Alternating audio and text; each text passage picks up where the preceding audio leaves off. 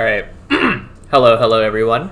Thank you for coming to the stream. Hoang Zero here, and joining us today is Zero, my partner in crime. If you want to introduce yourself. Hey guys, what's up? It's me. All right. I'm here. And so, during this video, like I said on all of the different tweets and everything like that, we are going to be talking about the state of the game. Right. We're going to be talking about the direction that Bandai is taking the game. We're going to be talking about all the pros, the cons, the good, the bad, and how Digimon compares up to other TCGs as well and such. So if you guys have any questions or thoughts, feel free to drop it in the chat. We will address it as we go through this. But we do have a lot of points that we do want to cover tonight, just to get some stuff across. So if we happen not to read your comment, apologies. It's not that we're purposely not reading it; it's just time, right? But so. Excuse me. So James, what do we want to talk about first? How do we want to start this off? There's a lot of different things we can talk about. We can talk about casual play in Digimon. We can talk about the game not selling, or it is selling, whichever of the two. We could talk about tournament participation and whatnot. Where do you want to start with this? It depends. Do you want to start with the good or the bad? Let's start. I think we could start. Let's start with the bad. Honestly, I'm feeling. Let's get it out of the way. All right, just get it out. Okay. All right. So, I don't think anyone disagree. I'll put it up on the screen right now. This is where we're starting, right? Like we start here. Yeah. Okay. The most problematic thing with the game right now is literally just BT9 decks, right? Is 100% BT9. BT9 as a set in general is very problematic. It promotes unhealthy play styles. It's not fun to play against. There's no interaction. There's not a lot you can do. And for an OTK deck, it is far too consistent for what they can actually do. So, now, not a fan. I think this conversation is kind of nuanced. Yeah. And it's really interesting to look at, right? I think too many people use the term tier 1, right? Mm-hmm. But I don't think the issue is so much having an inherent tier 1, because you're always going to have a tier 1. Right, yeah. It's just that, right, it's just that the BT9 tier 1 decks promote very non-interactive gameplay. Mm-hmm. And I've heard this on more than one occasion, like those decks feel like you're rewarded for just curving out as opposed to making counterplay. Mm-hmm. And I definitely agree with that. I think BT9 was almost, how do I put it, is an oversight in design. Yeah. Because thematically, I don't think OTK decks are always problematic, because they've existed in plenty of other card games, right? Mm-hmm. I think the issue that the design team didn't foresee when they designed these OTK decks is that two things that's kind of inherent to Digimon that doesn't really exist in other games. It exists, but it's not to the degree of that you have in Digimon, right? Like, first of all, the raising zone, the egg zone, is immune to literally every single effect in the game. It is perfect protection. Mm-hmm. You can sit in there until the end of time and nothing can interact with it, right? So that was designed, just to give you the ability to play the game. But now it is, with the design of BT9, it become a way to not play the game. So that's an issue, right? And I think going into future design, they have to take the raising zone in mind when they design cards. And the other part is primarily Cowboy. Yeah, Cowboy is a huge issue because historically a lot of OTK decks, when they say OTK, it's the instant kill combo, but you generally need a lot of pieces, right? Yeah. And with that come an inherent inconsistency. Well, the issue with BT9 decks is that with Cowboy, with combination of X antibody type effect, and compounded with Digimon already letting you draw a lot more than most other card games, I don't think it's normal for a lot of other card games to just hit your bot deck, get to the card that you bot deck on a regular basis. When I play Melga with Cowboy, I would regularly hit the bot, like my searches that I put in the bottom with my first couple of top 3 searches and stuff like that, because of Cowboy and the X antibody and just how much draw power you just you end up cycling through all of it, so you actually get to the bottom of your deck. And the fact that you're able to do that on a consistent basis throughout a game says a lot about the consistency and the draw power that a deck like Melga does have, right? Yeah, so that compounded with the OTK design become much more problematic in a game like Digimon than it is in an average card game. So I think when the design team was designing this set, they didn't anticipate it to this degree. So that's kind of why it had these decks becoming more of an issue than they probably intended them to be. Mm-hmm. And the other problem is, I think, and this feels wrong in retrospective to say this, but Yellow Hybrid hit was probably a mistake. Yeah, so that's actually a really interesting topic, right? So Yellow Hybrid was this real big, bad, annoying deck from BT7 all the way up to EX3, right? It was a really strong deck. It went from Jet Sulfimon spam to Jet Sulfimon spam plus Rapidmon. And it was, unironically, the one gatekeeper to a lot of these OTK decks, right? Specifically Metal Garurumon, right? Because you would be able to go into the Venusmon, and then Venusmon would essentially shut down the deck almost entirely, outside of like some bouncing here and there. Because Yellow Hybrid was hit, this does mean that Metal Garurumon deck was a lot stronger in the English format than it was the Japanese format, and we are very much so seeing that firsthand. I also do think that it did to some degree also have an effect on Grand Kuwagumon as well, albeit not as much. This deck was able to play around it more. Right, but nonetheless, Yellow Hybrid was actually really good at keeping back some of those BT9 decks. By having the Yellow Hybrid hit, that does mean these BT9 decks are even stronger than they were in the original Japanese iteration. And then when you take into account the ban list that happened, right? The Cross 4 got hit, Sunrise Buster, as well as Doru Greymon. Crossheart. That's an interesting one, right? So you can argue that it was too early to hit Crossheart since the set had just come out, but simultaneously it was also most likely a knee-jerk reaction from Bandai because they didn't want to repeat a BT10. They wanted to play it super safe because they saw how much that deck dominated Japan. So they probably knee-jerk reaction that, which they probably didn't need to do it in hindsight, but And then Sunrise Buster, honestly, the card is undercosted, very undercosted. It is what it is. And then Doru Greymon got hit, right? And Doru Greymon with Alphamon was one of the few decks. It was an OTK deck, right? Just like in BT9. All right, I say it's an OTK deck, but it was more so a 2-turn kill deck. But it was one of those decks alongside War Garurumon, alongside Garandus, alongside War Greymon. And so they hit Alphamon. Cool, that's great. The deck was problematic to an extent, but they didn't hit the rest of the OTK decks. So what did you think was going to happen? Well, I think that's also enough like prefacing the situation. So I guess really it comes down to the issue right now is that Melga has been the best deck in format for way too long. Yeah, since BT9, right? BT9, right. BT10, EX3. Yeah, about we say 5 months, 6 months. Too long. Too damn long. Yeah. It's been good for too long, but. Now, with that said, you think this would be like really problematic, like Melga would be super dominant, but with haze data tracking, so Melga in BT9 was something like 25% of all tops.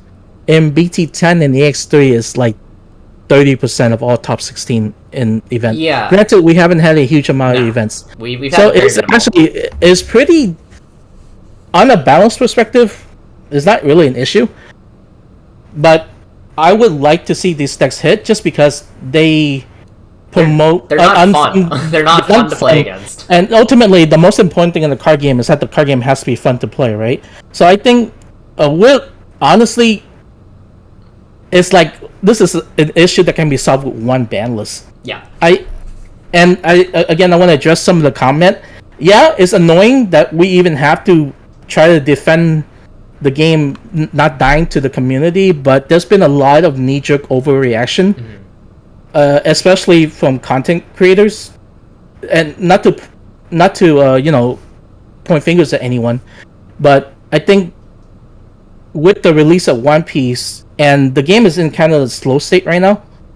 Most people who wants to have a Nets invite already got the Nets invite, and so it's just a lot of people aren't feeling very motivated to play competitive right now, and it's a pretty stale meta.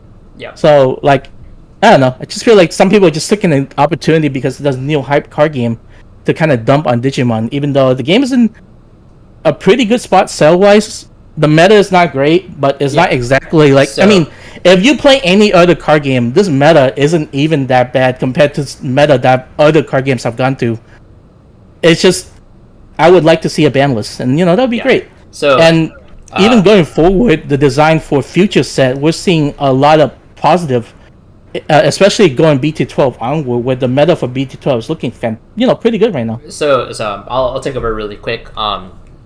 But one of the things I did want to talk about is obviously the number one hit that everyone wants is Cool Boy, right? Like I don't think anyone disagrees with this. But if you hit Cool Boy, BT9 decks are still problematic because, well, for example, Grandis Kuwagamon didn't use Cool Boy to begin with, and it's still OTKing people left and right.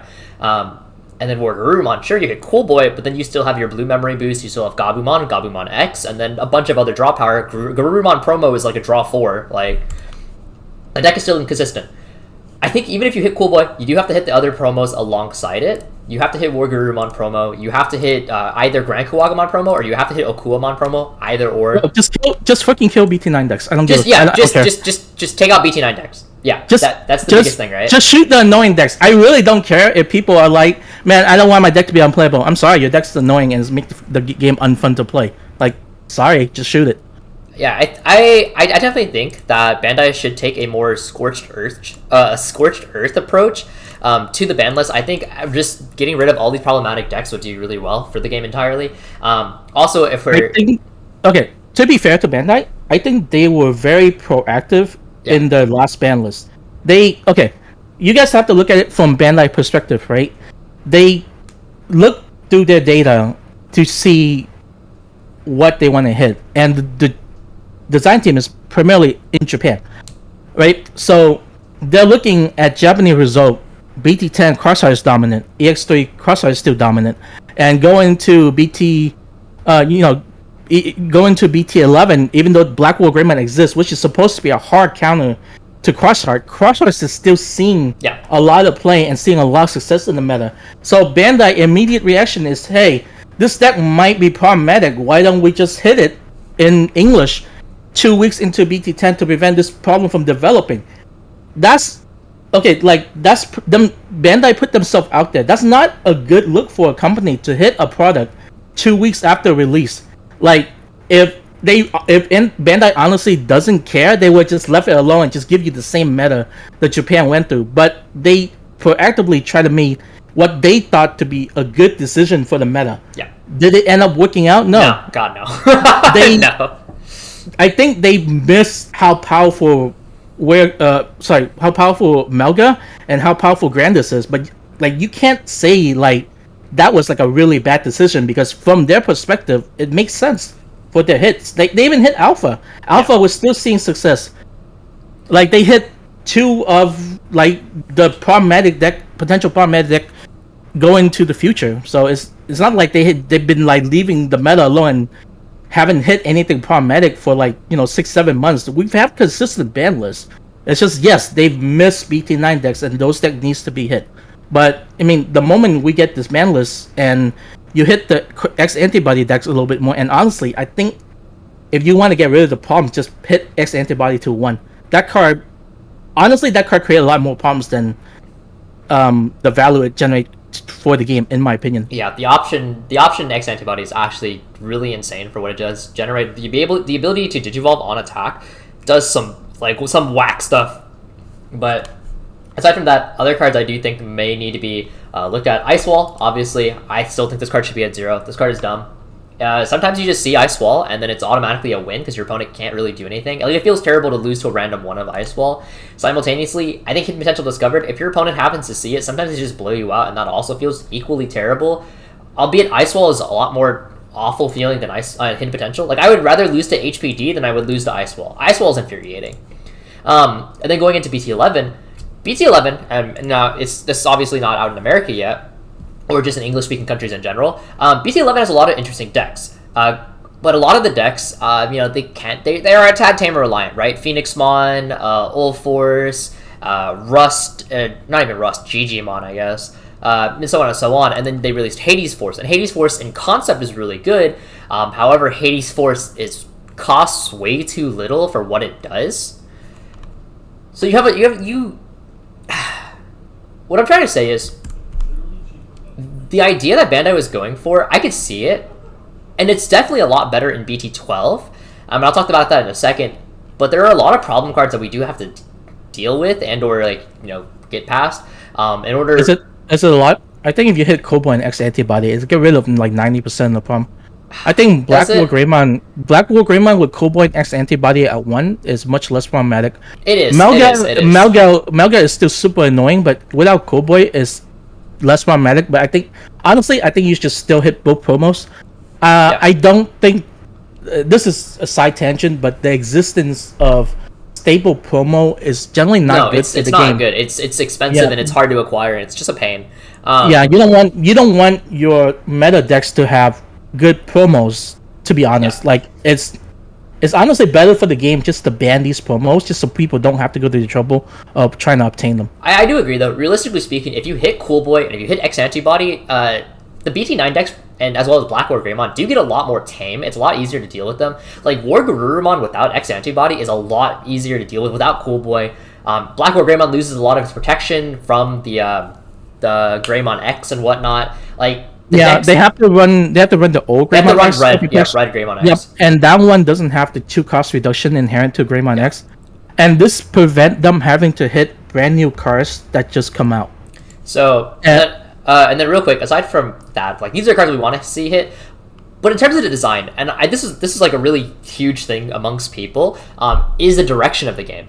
If you have anything you want to say left, finish it off, James. But then I do want to move on to BT12. People like to complain about power creep, right? Mm-hmm. But realistically, if you look at BT11, how much of BT11 is actual power creep? That is a really weird thing, right? A lot of these decks outside of Black War Greymon feel about the same power level as some of the other decks that we've seen, right? I don't think Phoenixmon is anything crazy, right? Neither is Marsmon. Phoenix, Mars, Mirage Galgamon. You can make an argument that Ulforce is kind of crazy. But even then, it has some pretty apparent, it has some very apparent flaws, given the fact that it is a bit of a slow deck. It does take a little bit on the setup. Digimon is definitely not power creeping anything. Let's be honest with ourselves. Sukamon deck is not power creeping anything. Mostinmon, you can make an argument, is kind of fucking nuts. To be fair, but yeah. Black War Greymon is obviously a big pain. Bagra's not doing anything. Minerva, I don't think that the deck is it's not crazy, right? Yeah, the thing is they're not dropping 4 or 5 tier 1 decks or new meta deck every set. We get on average I think we get fairly low pack filler for the amount of cool decks and 4 fun tier 2 tier 3 decks per set. Yeah. Look at the amount look at BT11, right? Yeah. You have this random Tyrannomon deck that's pretty fun.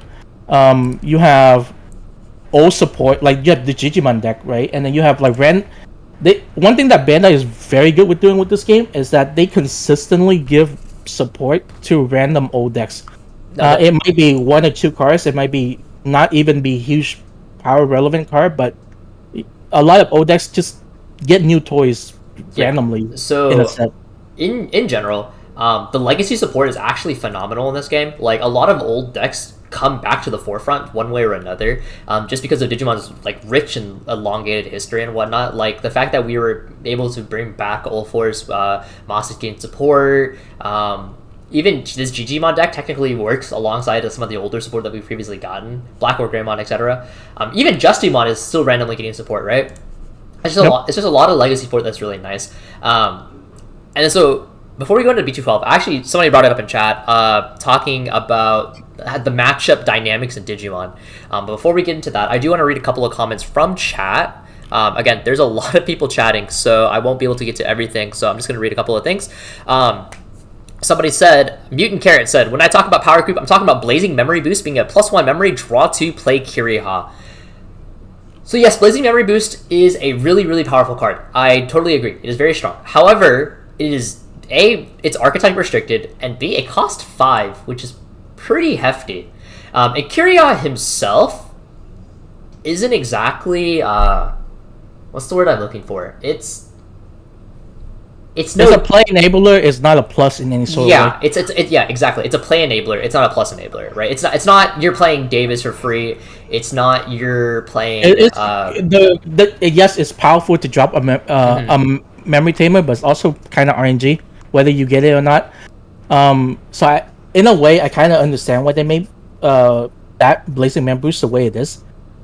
If that card has said draw 2 and then play a Kiriha from hand, I would understand the complaint, but there's an RNG element to it too. Yeah. So when you take, there's a risk factor in playing that card, and then you have to ask yourself, dropping 5 to draw 2 from top 6, and then getting the refund memory back on the following turn, is that more powerful than playing a 3-cost memory boost? So it's actually really funny that somebody got so invested and annoyed, most likely, about Kiriha off the Blazing Memory Boost, they created an entire calculator to calculate what are the odds you find Kiriha in your top, was it top 6? Yeah. That's how often it whiffed for somebody. They made a whole calculator to figure that shit out. I'm just saying. Okay. And then, let's see. Okay,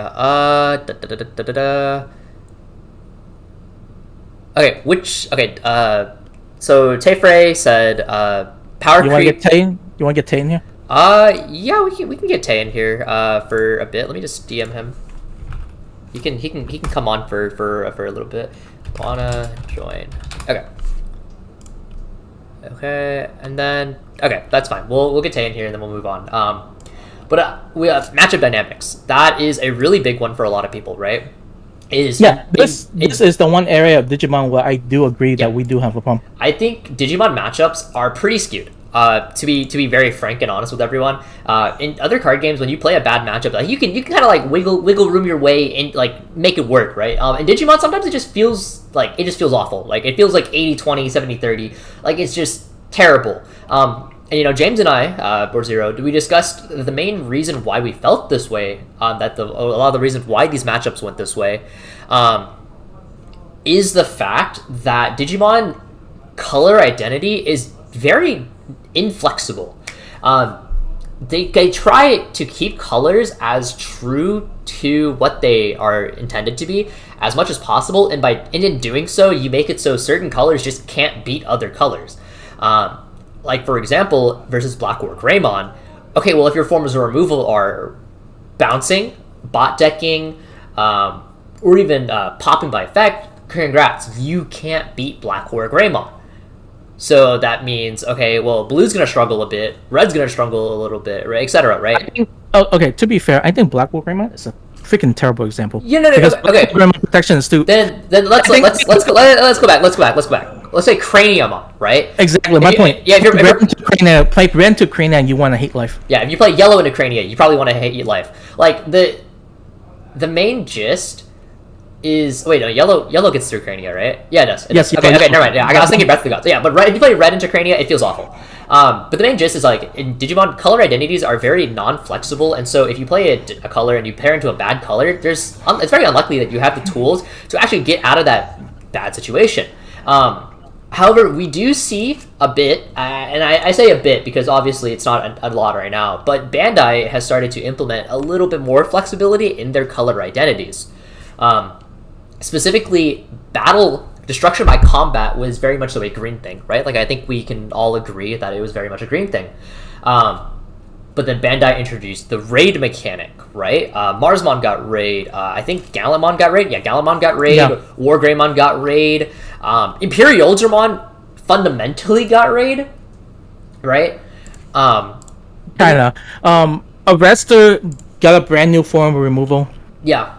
Arrestor Dramon has the ability to put one of your opponent's stacks underneath another stack. We're getting a lot of different. We're getting a lot of more interesting identities and whatnot to these colors. The fact that red has been introduced to combat removal, blue has been introduced to combat removal, right? I think that's a really interesting step to go forward with. And while it's not a lot, and I definitely think that Bandai needs to take more larger steps, I definitely do think that the fact that we're even starting to get that, I think, is a good direction that we could be going. Well, one thing you have to understand is that it takes time to react to any sort of meta problem in a card game. Yeah. Because from my understanding of TCG company, typically they design about 3 sets in advance. So I would not be surprised if Bandai is currently designing set 15 or 16, right? Yeah. So any direction they take, we're not going to see for a while. But just from the cards we're seeing, they're moving away. At the very least, I think they're kind of trying to move away from strict color identity. Even in EX4, we've seen some interesting mix of color we haven't seen before, like yellow-blue. Yeah. Yellow-blue is very interesting, right, for the new alternate Sakuya line. And then we see like black and green. It's different color mix than the usual red, black, yellow, purple kind of thing. Which, by the way, sidebar, EX4 is kind of a terrible set in terms of like introducing tier 1 decks into the format. It's not very good. That set is like negative power. This set is unironically like negative power. Like, have you read, like, I know you've read Medieval Galamon, but for the rest of the chat, guys, this is literally a worse Swart defeat by like far. Like, it's terrible.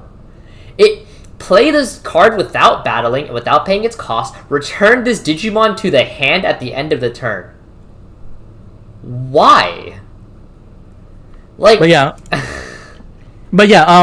which strictly talking in design. But yes, I do think banless could be faster, and I think Bandai.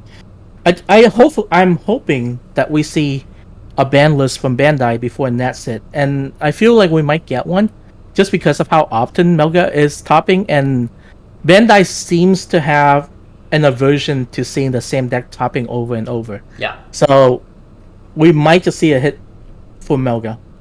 I mean, it hit Melga before Nats, like, fingers crossed, Okay, so we're going to move Tay Frey into the call. Tay is going to give a little bit of his opinion, and then we'll discuss it a little bit, and then we'll kick him out and get somebody else or something. All right, welcome, Tay Frey. You're muted. Yeah, I'm about to say, you muted my guy. Do we have to unmute him? Oh, no, he's good. All right, hello? How's it going? Good. Okay. Nice to meet you, Hoang. Long-time listener, first-time caller. All right, shut up. All right, so, Tay, if you want to introduce yourself to everyone watching at home right now.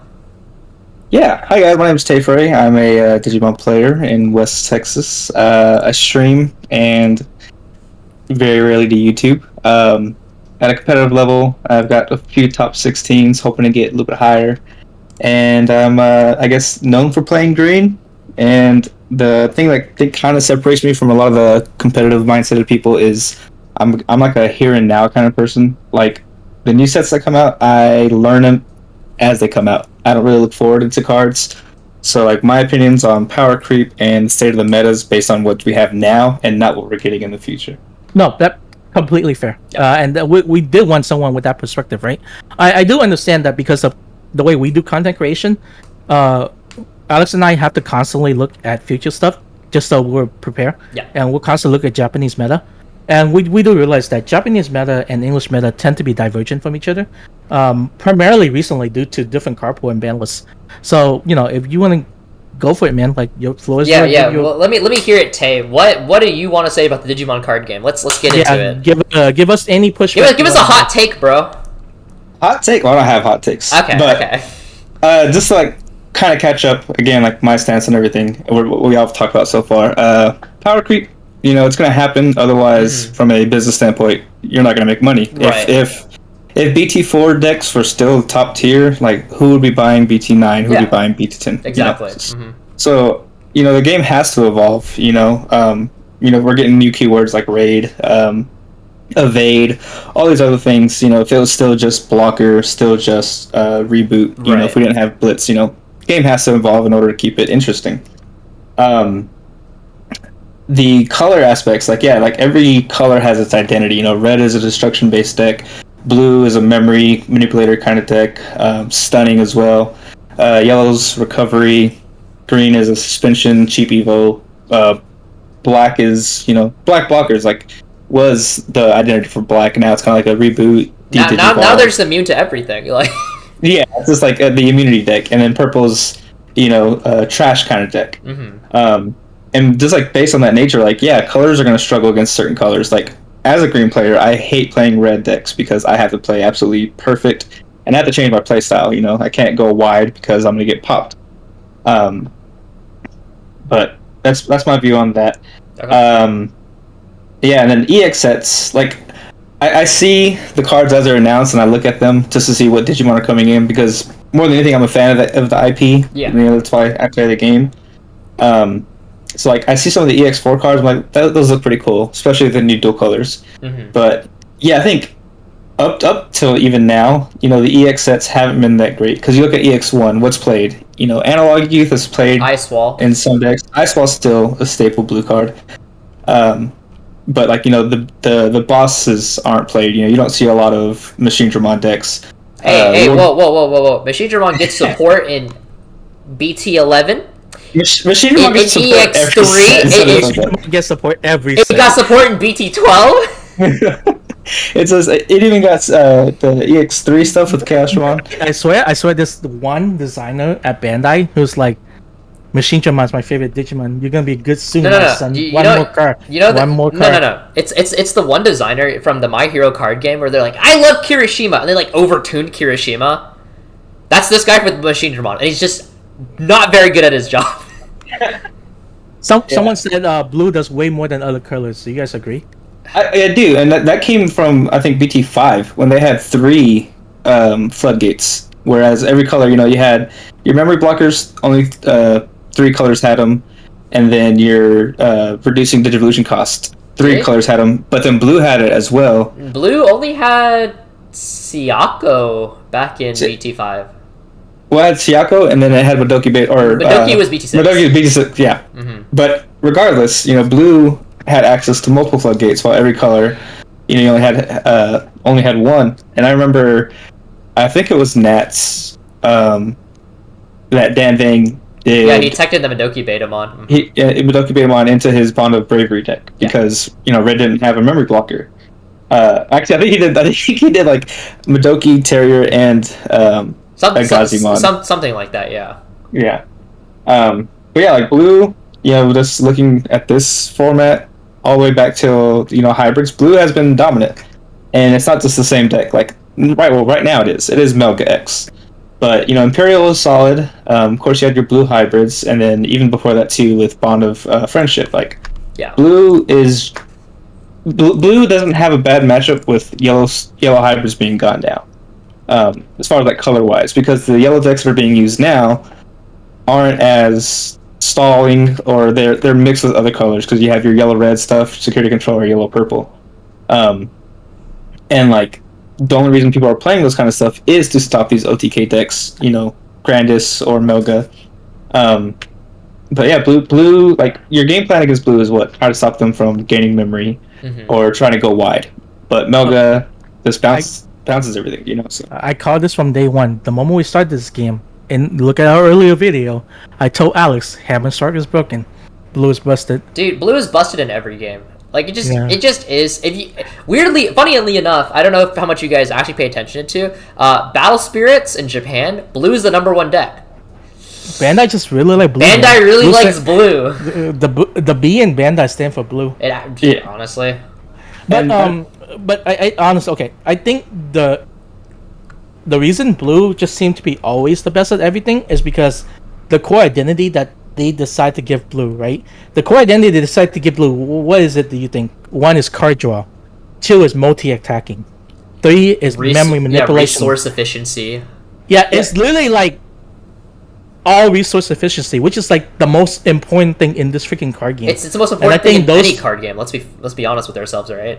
Yeah, so it's because the color primary mechanics of abusing those 3 things, it just became overtuned. I do think they need to calm down with printing good blue cards though. Yeah, and we're talking about the color identity. Like every set that comes out, you look at the boss monsters of a color, and they synergize together, except for blue. Like the blue bosses are for their own archetype, and they don't normally get played together. But because they have so many different things they do, the different boss monsters have different niches and stuff like that are all still good.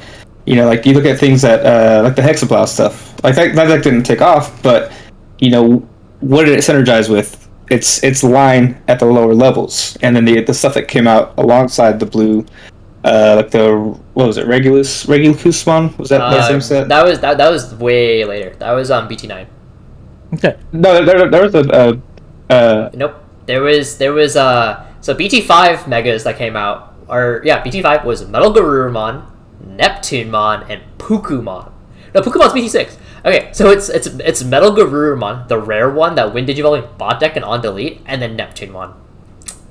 Yeah, so and like I'm sure if I look at a different color for that one, that same set. I'll pull it up on my set. Rafflesia was by itself with Rosemon, so there's synergy there, I guess. Digisorption, yeah.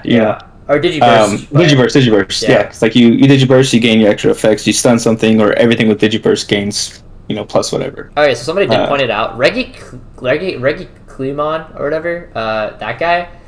There's a BT4 version, yeah. There is a BT4 version, but the good one is in BT10, so, Yeah. It's fine. It's fine. Alright, so Tate, we got you in here, but you haven't told us. How do you feel about Digimon as a game right now? I still love it. Okay. And again, like I think that comes from knowing the IP and it being one of the things I grew up with. Because it was Digimon and Pokemon and Yu-Gi-Oh, and Dragon Ball. For the things that have TCGs right now. Yeah. And I think even it's changed because in the beginning, accessibility and finding product was tough because it was right whenever COVID was happening. So people decided to take on hobbies. Another thing that I do is I collect Funko Pops. I've almost got like 2,000. Like it's a problem. But when COVID happened, people decided to start buying Funko Pops too. So I couldn't find Funko Pops at the store. Baseball cards were sold out, Pokemon cards were sold out. Digimon came out, and Digimon was just flying off the shelves. But we're at a point now where like product seems like it's pretty easy to get on release and a month or two after. Like my local still has stuff going back from BT. Well, they have a surplus of EX1 just because that set sucked. Yeah. But I think BT8 and forward, they still have product you can go buy right now, like soap boxes. So for me, I love the accessibility of the game, like finding product now.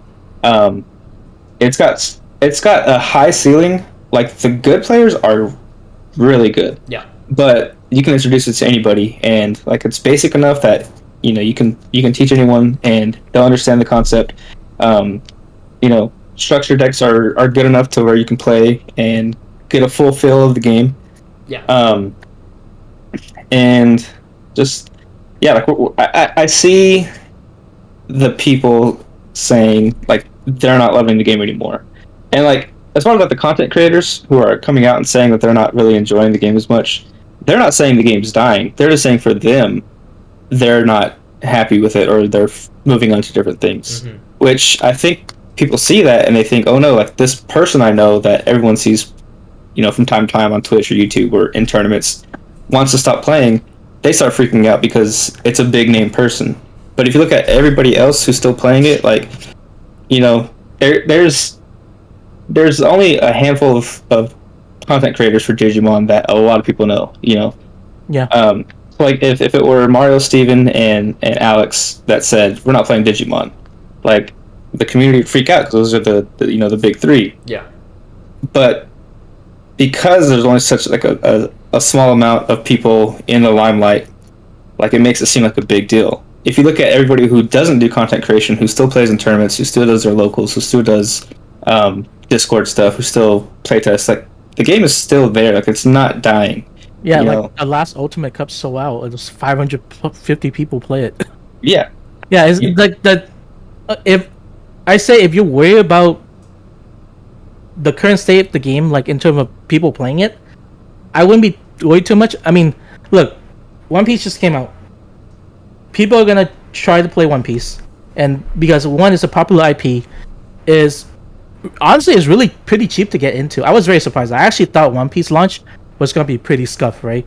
But Bandai managed to find product, I don't know, in a cave somewhere, and the game is honestly quite cheap on release for what it is.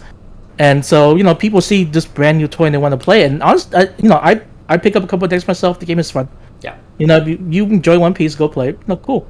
Yeah, and I think that goes along with it too, right? Like One Piece just dropped, and then Bandai's announced 2 more games, and Digimon is just in a lull right now. Like there's nothing happening. We have one event this weekend, and then after that, there's nothing till Nats. So that's the other thing. Plus, of course, this break between EX3 and BT11. Yeah. So it's just because nothing's happening. It seems like it's dying. So actually, let me rant for a little bit. All right. Because he touched a subject that I'm very interested in talking about. Okay. Right. So I think you brought up a really good point, and I was going to bring this up later.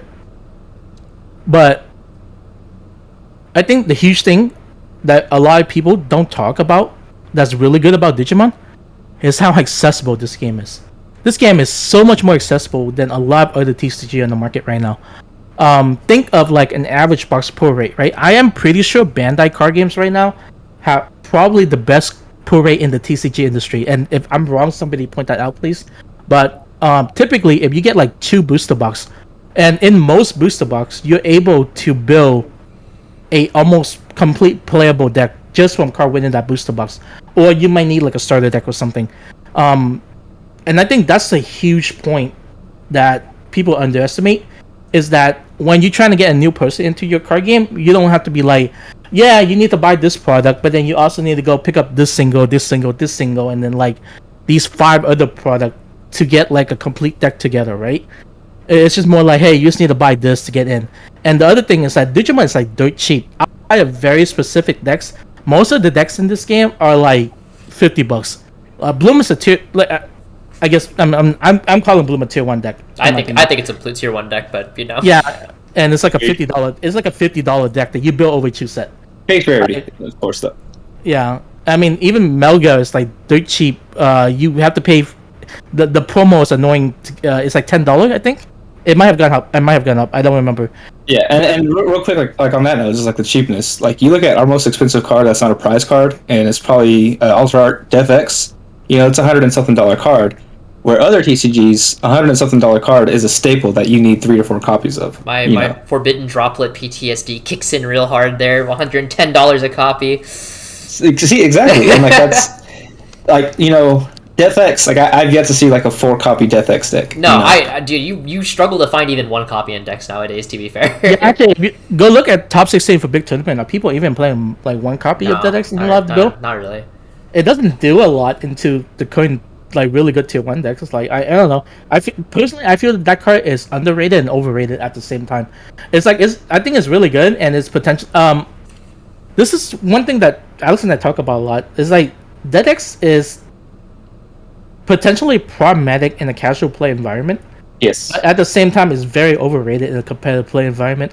But again, there's that line of casual play and competitive. Like security control in a casual environment, like if you have the locals that's 8 people deep, and every week there's that one guy winning because he's playing security control, like it ruins that.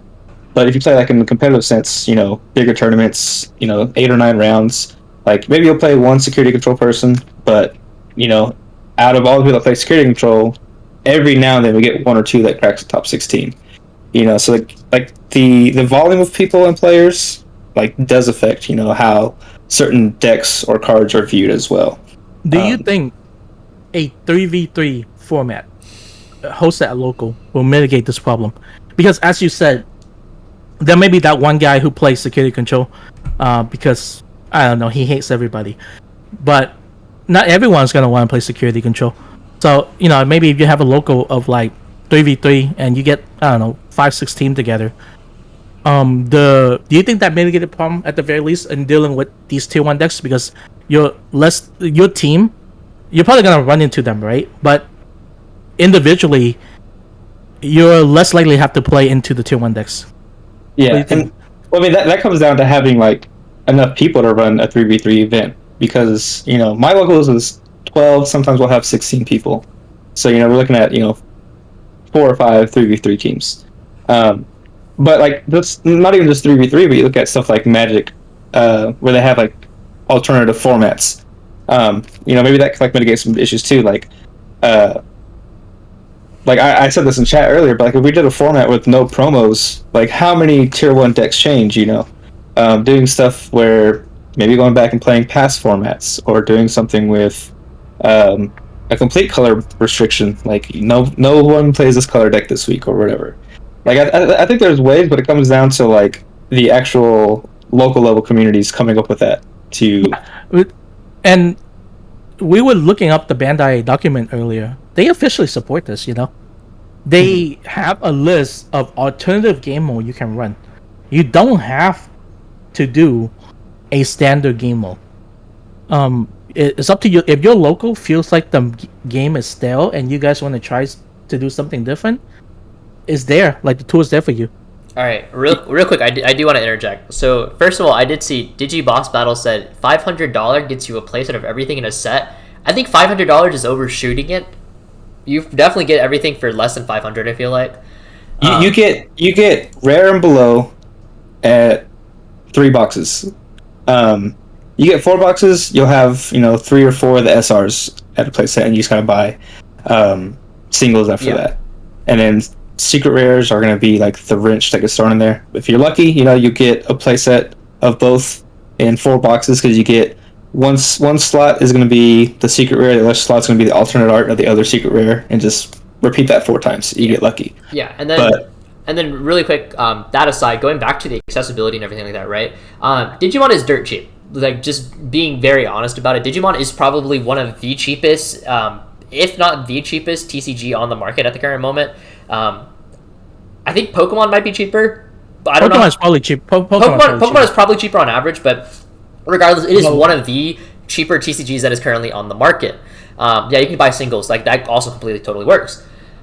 This game is so cheap that it's easy to put the game down for a little bit and then pick it back up later in the future, because at the end of the day, it's a hobby. It's something you do for fun, right? If you're not enjoying the game, it's okay to put it down for a set or two and then pick it back up in the future, because that's gonna run you like $50, Yeah, I mean, we're not here to like tell you, hey, just play through it and do stuff you don't enjoy. Like, at the end of the day, this is a card game.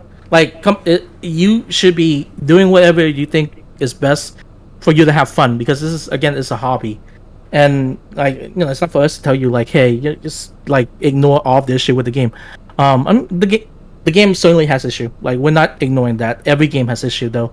I just don't think Digimon is in really that bad of a spot. It's just like nothing is happening, so the issue just seemed louder than I think the two of the biggest issues is stemming from BT9 has long overstayed its welcome, right? I don't think anyone's going to disagree on that. BT9 has just made the meta feel kind of stale. And B, there's not a lot of events going on because Nats is coming up, and so this is just this lull season. And we're in holiday season as well. Yeah, it's holiday season as well, right? So everyone is just wrapped up in their own stuff. There's not a lot of things going on, and so this period of time just feels kind of bad.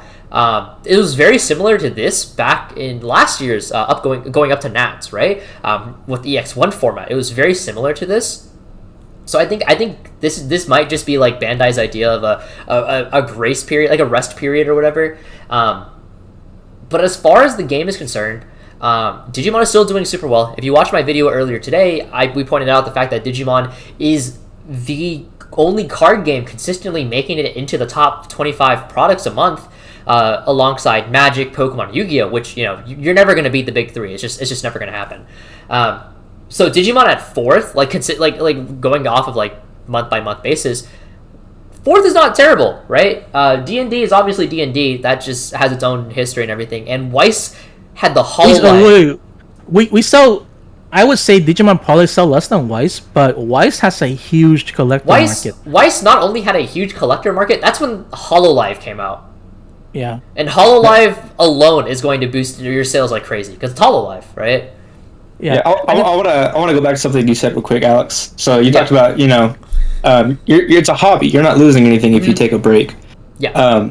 And I think in the future, like that could change, but we're not at that point yet. But like if this turns into a competitive market, or not market, but a competitive scene where the prize cards are going to be $1,000 worth that you can move and sell. I mean, but they already are though. But also like getting cash prizes, like, you know, like, okay, like you will go to a regionals, you get, you know, top 8, you get $100, or, you know, whatever. Like if we get to a point like that, like, you know, like Call of Duty tournaments and stuff like that, Fortnite tournaments, you know, those are huge, you know, like $500,000 payouts and stuff. I think it's very unrealistic that a card game that isn't, you know, like one of the big 3, and even arguably the big 3, would ever have the same payout as esports. I think esports is its own realm. And not to say they'll get that high, but just like, I'm trying to reinforce what you were saying. Like, take a break, because we're not at the point where, like, if you don't play this tournament, you're, you know, possibly missing out on getting $1,000. Like, there is one event, and it's not even an official Bandai sanctioned one. I don't think, the one that's coming up in Houston in January. No, it's not. It's not Bandai sanctioned now. Yeah, so that's just an event that this TO in Houston's putting together, and they're basing it off on how many people they get in. Like, it's a 10K payout max, but that's if they hit their 500 500 people. Yeah. Like, it's going to start off like at $1,000 payout if they get 128. So yeah, like, you know, if you take a break, yeah, like you're not missing out on anything. So sometimes that's what you need to. Like, I took a break. You know, it was like the first week of EX3, I played 1 locals, and I haven't been back since then. Mm-hmm. And like I forgot I signed up for the Ultimate Cups we had the past couple of weeks. So like I wasn't planning for them, and then I get emails like, "Hey, don't forget to submit your deck list." I was like, "Oh yeah, forgot about that. I guess I'll do it." Really quick, I just want to say this, and then I have like one more point I want to make before you guys can say whatever you want. But yeah, it's a hobby, guys. Take a break if you need to. If you aren't enjoying the format, that is completely okay. It's a $50 investment to pick it back up in the future. Like I saw somebody in chat mention secret rares, right? And if we look at secret rares, outside of Zwart Defeat and Dexmon, what other expensive secret rares are there, right? Like if we look at Jesmon GX is what, $21 right now, and you need at most 3 copies, so $60, and then the rest of your deck is like starter deck and below. Exa is $30 and you need 4 copies. Okay. X 35. Yeah, it's 36. Examon is a weird, yeah.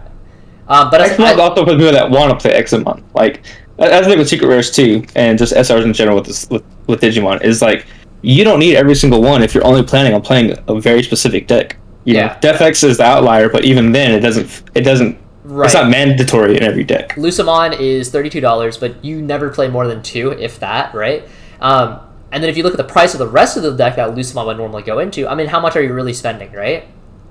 Like, it can't be that much. Because the reality is, outside of the secret rares, which are your money cards, which, like, you do need some kind of money card to keep value within the box for you to actually, you know, get a payout from buying the box.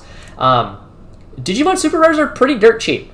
That, like, if we go look at Dragonic War is a bad example because it's an EX3 set and everything is unironically dirt cheap outside of Examon. Like, oh my god, Altars. Look at BT9. Yeah, we can look at BT9, sure. So we look at BT9. Okay, if we go to base rare, the most expensive base rare SR is Galamon at $7. That's it. Galamon. Wait, why is Galamon 7? What the hell? Listen, man, people are excited for B212. I don't know what to tell you. Galamon is the most expensive super rare. The next most expensive card is $4.43 at Cool Boy. All your other SRs are $2 and below, guys. That's fun too, because like even look at alternate arts. Like the alternate arts aren't that crazy either. No, like to pimp out your deck. Like, oh man, guys, my Metal Garurumon best deck in the format, $70 for an altar. Guys, this game is dirt. Like, no matter how you spin it, the game is dirt. Like, yes, you are paying maybe like a lot for secret rares, sure. You know, I was talking to my friend John earlier, and I think the game being cheap might be part of Bandai overall strategy, because if you notice, they're keeping this ban rate, this pool rate in their card games, consistent across all their card game. We confirmed that One Piece almost have the same pull rate as Digimon, and Battle Spirits most likely gonna have same pull rate. And if we get UA, that's probably gonna have the same pull rate too. I think Bandai's strategy isn't so much play this specific game from us. I think it's more like play any game from us. Yeah. I think Bandai approach is they are pushing all these games in to not really kill off the old games. It's more like, hey, we have this sphere of product. If you buy into our ecosystem, it's almost like they're trying to go for like the Disney effect. Yeah, I think everything you watch is like Disney. UA is like their most aggressive investment, right? Like it cost them serious money to get all those IP for UA because those are big IP. You know, you have like Demon Slayer and like My Hero and all of those, right? So I think they're really just trying to grab market share in the TCG market because if you look at like sales report, the TCG market in America has grown over the last year pretty significantly. I guess it kind of in decline now a little bit because post-COVID growth has kind of slowed down. Yeah. But overall, like our market is much bigger than it used to be, and I think Bandai is using that as a push to try and grab more market share in the market. And I think all the card game is going to be pretty cheap to buy into, so they probably just want you to switch between their card games whenever one is just not in a good spot. Because realistically, like no card game is in a good spot like forever, right? Everything fall into a bad spot eventually. Okay. Yeah, it's kind of like Bandai is like riding this wave because like if you look at the past 3 years, how many TCGs have died off and how many have been introduced? You know, James is right. Like we're on this increase of people that just play TCGs, not even like the amount that are out, but you know how many people are playing any of the card games. So like it's growing. And we're kind of in a small decline, but like I said, it goes back to COVID. Like people were at home, what were they doing? Why do we have Discord tournaments now? It started because we couldn't do in-person events because of COVID, and everyone thought, oh yeah, you know, in-person events are coming back. Discord's going to die down. There's still, you know, every day of the week you'll find, you know, if it's Skyforce Gaming or True Champs Games or the other guy that I don't like talking about. They run their tournaments and they pull out, you know, 4 to 5 round tournaments every week, and it's like. Yeah, there's more people playing. There's always the silent majority is always bigger than you think. That's the thing. Like, the silent majority, like the people that are staying in the game, don't have to announce that they're staying. But because you get 3 or 4 higher profile people that are saying, "Hey, I'm gonna take a break," because those are the only ones that you hear talking, it makes it seem like a bigger deal than what it is. But you don't have the 500 people that are playing this week telling everybody, "Hey, I'm playing this week," because they don't have to. But the 3 people that aren't going to play, you know, they say it, and everyone's like, "Oh no, these guys aren't playing. Is the game dying?" Yeah. All right, real quick. So before I go on to my next point, I do want to mention that I see some people they're like, "Oh man, I'm like really glad you guys are talking about this. I thought the game was going to die." Weirdly enough, so the Beelzebub starter deck just came out in Japan. Yesterday or today, right, James? Something along those lines. Yeah, it's selling really well. It's guys, the Beelzebub starter deck already sold out. This is Yuyute, which is the #1 Japanese TCG seller in Japan. It's sold out. It's completely gone. It's off the market. I was told that Yuyute doesn't stock a huge amount of product, okay. At the same time, I think the product is generally doing well. We can probably talk to East, and he might have better insight into it. But like I look on Rakuten, which is like the eBay equivalent for Japan. It's gone, and that was only like 30 starter deck left on it. Two different significant TCG providers in Japan, Beelzebub is sold out. Yeah, I think Beelzebub is going to be a huge set for us, just because of like that product is so much value into it, but it's also like a competitive deck out of the box, right? I think that's going to be like a huge. It's going to have huge draw appeal to a lot of people because you buy that starter deck and you buy a couple of cards from like the main set and you're basically ready to go. You have a meta deck. And then, so a lot of people are talking about like the fact that yes, older cards from 1.0, 1.5 are a lot more expensive than some of these other cards. And obviously the reason why is COVID was a huge factor, right? So there wasn't a lot of reprints, there wasn't a lot of product just going around just because of the so limited accessibility. Digimon announced the Rising Booster? The reprint set. We have a reprint set confirmed, y'all.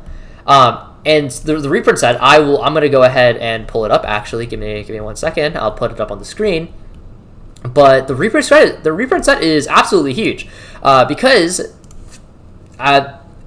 memory boosts reprinted, promos are getting reprinted, SRs are getting reprinted, and tamers are getting reprinted. Yeah, Bandai approach to this game, it seemed to be very aggressive in at least trying to reprint stuff to keep the general prices for a lot of staple down. We didn't see the benefit of this, but in Japan they reprinted the Tai, right? One of the most most popular red tamer in a starter deck, and then now we got the Davis Davis was reprinted. That's another very popular so tamer. the Tai is very expensive, which sucks, right? It obviously sucks. It should have Japan got just a straight up reprint of Tai, and we got a box topper Tai. So this sucks, right? But what are the odds Tai just gets a reprint in the reprint set? If TK is getting one, why doesn't Tai get one, right? Yeah, I think this reprint set will be really good. Davis is $7 now. Like, I think this reprint set is going to be absolutely huge, y'all. It's going to be super strong. But real quick, let's wrap up the sales point, and I want to make one more point before we get someone else in. Is that good with you guys? Yep. Okay. Sure. As long as it's tasty. So somebody else is on the queue, but after that, there's another person on the queue, and then after that, maybe. Yeah, well, before you get ready to move on. So, while we're talking about sales thing, this is one question I want to ask you two guys, and I'll give my opinion as well. So, with Digimon, we talked about it being cheap. We talked about reprints coming, staple cards probably coming back. But for Digimon, when do you think is it right to buy sealed product, and who do you think should be the people buying sealed product? So I personally am a man who do be broke, so I will buy singles. I will buy maybe a box to gamble with my friends, but I'm broke. I'm going to school right now. I gotta pay for that out of my own wallet. I'm broke. I think if you like to collect cards for the game, sealed products are for you. Yeah. Because we have the best pull rate. We probably have the best pull rate in the industry for as far as normal rarity and stuff like that. So if you buy like 2 boxes, the chances are you're gonna see every single SR that's printed in the set. Like, it's very unlikely that you're gonna miss it. Mathematically, because there's only 10, and then you get 9 hits from a box. So yeah. And you're most likely gonna see there's a good chance in 2 boxes that you see both secret rare also. So I don't know. I think in general, Digimon product are pretty solid to open. Like, I don't know if you know, but I'm pretty sure I've heard a lot of complaint about Pokemon product being a lot of pack filler. Yeah. And Yu-Gi-Oh! Is not a lot of Yu-Gi-Oh! Product are exactly great to open. They're usually neg. I think Digimon on average have pretty low pack filler ratio to the rest of the cards. So if you just want have usable cards and not have to track down this very specific common or rare later on when you need it, just buy boxes. 2 boxes will get you a playset of every common and rare pretty much. Maybe 3 boxes to get all the rares. Yeah, it's like 3 to guarantee it. 2 is you're on the fence a little bit. Yeah, you'll be missing 1 copy of 1 rare, unless it's Cool Boy. For some reason, you gotta buy 10 boxes to get a playset of Cool Boy. Yeah. And then my stance on it is, I think for me as a viewer, as a consumer, I am a box opening whore. I love gacha games where people spend money to pull a new character for a Dragon Ball gacha game, and I love box openings. So I think content creators are the ones that that they'll buy the sealed product, and then as viewers or as enjoyers of the game, we can watch, and it can influence if we want to buy sealed products, because we see how they get. You'll see they'll get a playset of the commons on that 1 box. They'll have 3 or 2 copies of every uncommon, and they'll have 1 or 2 copies of every rare, and then a copy of 6 or 7 of the SRs if the other hits aren't alternate arch or something else for the secret rare. Yeah. So content creators, keep buying boxes. Use your platform to show the other players if buying boxes for themselves is worth it. People that don't put themselves in a box and say, I'm only going to play this type of color. People that like to experiment, people that like to have, accessibility and have the cards readily available for them, buy boxes, 1 or 2, just so you can have those cards when you're ready to try out another deck. And then people who are impatient and just want to have it right then and there. There's nothing wrong with buying a sealed product for this game. And on the opposite side, if you don't have the money or you are only shooting for very specific stuff, it's cheap enough. Just buy the singles, and like I don't think there's a wrong way to get Digimon product unless your wallet doesn't agree with it. Yeah. But like, yeah, there's no reason people shouldn't have the cards they want, as long as they're being smart with it. Okay. You know? So that being said, I do want to move on to the next person. Tay, do you have any last words for the audience before I boot you out? So we will be streaming tomorrow's regionals over on Tay Frey Plays if you want to come watch my... That's crazy. Where'd he go? Oh my god, Tay! Anyway, that aside, I don't know who that was. One of the interesting things that Dick had brought up is a casual format. So with casual formats, obviously when people say casual formats in a TCG, the first one that comes to mind is Commander from Magic the Gathering. And Commander was, very much so from the players, by the players, and then eventually it got, adopted by Wizards of the Coast to become much more supported in that sense. But, like I said, it was started by the players and such. So with casual formats, I do see a lot of people talk about that, like how they wish there was an alternative format, not just the main format. Digiboss Battles, aka Jake from Game Nights and whatnot, he made a post on Facebook today talking about a more casual format and whatnot for Digimon. So I just wanted to bring this up. Do you guys remember this survey from Bandai? This is an old survey. This was like last year survey. But it's talking about different type of formats that Bandai was potentially looking into. Casual format, rookie format, DP subtraction format, single color format, overtraining format, all of these different type of formats and whatnot. And I don't think it's out of the question if somebody were to organize like a more casual style of format. I think maybe you can get something going. I know there is the Chosen One formats, which is relatively popular at the start of the game, which is basically our equivalent of Highlander / Commander.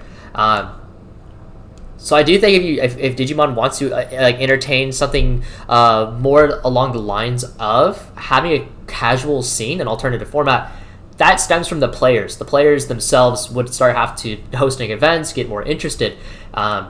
And so you have to find a balance between an alternative format that allows competitive players to still express their skill and whatnot, but also it's easy for casual players to get into. It's not as intimidating, etc. So the 3v3 event that James proposed earlier, I think 3v3 events are really great and really casual. The biggest example for that is Bushi Road Springfest, right? If you played Weiss, Buddy Fight, Vanguard, whatever it may be, 3v3 was super fun. It's just a good time with your friends. Each game among the three represents the best of one. That full set's the best of three, etc. Digimon does that as a side event at some of their larger regionals. Those are really fun. Actually, me and James and one of our other friends, Russell, we ended up winning the one at Dallas. That was super cool. But just having some kind of casual event, I think would be really fun for Digimon. But that's something that the community would have to come together and work towards. That's not like a one man thing, right? And even in the rule books, right, you have constructed, sealed, draft, etc. So yeah, like the groundwork for these things are there. Like Bandai have the rule established. It's not like some magical thing that you have to come up with. Is all there. Yeah. So if you guys do want a format that's not the main format, that's a community thing. Like the community has to pull together and like we gotta do this one. I'm considering maybe we run like once a month in our Discord. We host a 3v3 event. Well, not just 3v3, but I think at least once a month we could do like an alternative format tournament if people are interested in, just to generate some hype and whatnot. I think that would be cool. Yeah, if people want it, I'll try to see if we can organize something and figure out the logistic for it. Yeah. And so the next person we are going to pull in, Tepid. I know that you have been asking for a little while. Tepid, if you want to do me a favor and hop into a call, I will go ahead and move you into this call, and then you can give us your take and whatnot. But while we wait for Tepid to move into the call, because I know there's a bit of a delay, I'm going to go ahead and read some of the comments.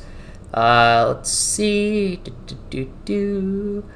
A lot of people are talking about like pack openings and whatnot. And yeah, Digimon pack openings are actually kind of insane. Like it's just overall super nuts.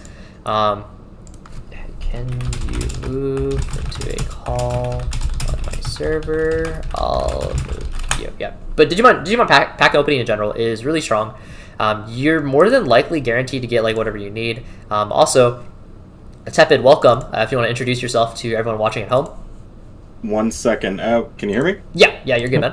Hello. I am TepidRX, very small content creator, like minuscule. Been playing the game since BT1. Mm-hmm. Had the very interesting experience of playing from like BT5 to BT7 in Germany, which was pretty cool. Okay. Much different scene. A lot of interesting stuff there. Had some fun with the DigiFest right when they were moving back to in-person games. And I am a Magic player and a slight Yu-Gi-Oh! Refugee, so bringing some of that experience into things just a little bit. Okay. Cool. Yeah, awesome. Yeah, so like you said, you had some hot takes. So let's hear it. What do you got, man? I do. And one of the first things I want to say is that there are some negative things with how Bandai is doing decisions right now. There are some negative ways with Digimon, but just if you scan over to the left and you look at what Wizards of the Coast is doing with Magic and their player, sort of back and forth, and you look at Yu-Gi-Oh, we're in a pretty good spot. You said Forbidden Droplet, I was like right on the money. FX is Bandai haven't tried to sell us $1,000 fake cards, so I mean, I'm all for it. Yeah, that's true. And I think there's a lot of things Digimon players do take for granted. Tiny things, like one of the things is we have unique art. Yeah. And this is a point I've been making on and off to my buddies. It's like when I look at Union Arena, Weiss Schwartz, the old Panini Dragon Ball game, just the fact that there's this level of like quality and care in designing sets in regards to like flavor for the anime, crediting the artists. Alex, click on the Biomon real quick. Which Biomon? For BT11. Oh yeah, this one. Even like nothing cards look good. I say this a lot. I say this like a lot. The Digimon TCG is 1,000% a love letter to the fans.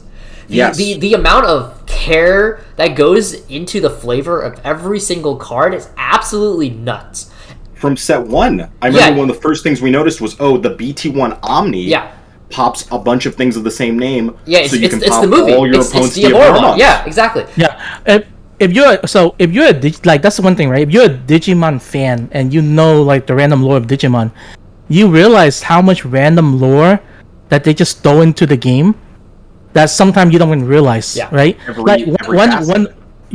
of the big thing that I don't know if people realize, this was mentioned in our Discord, and I didn't even realize it until someone pointed it out.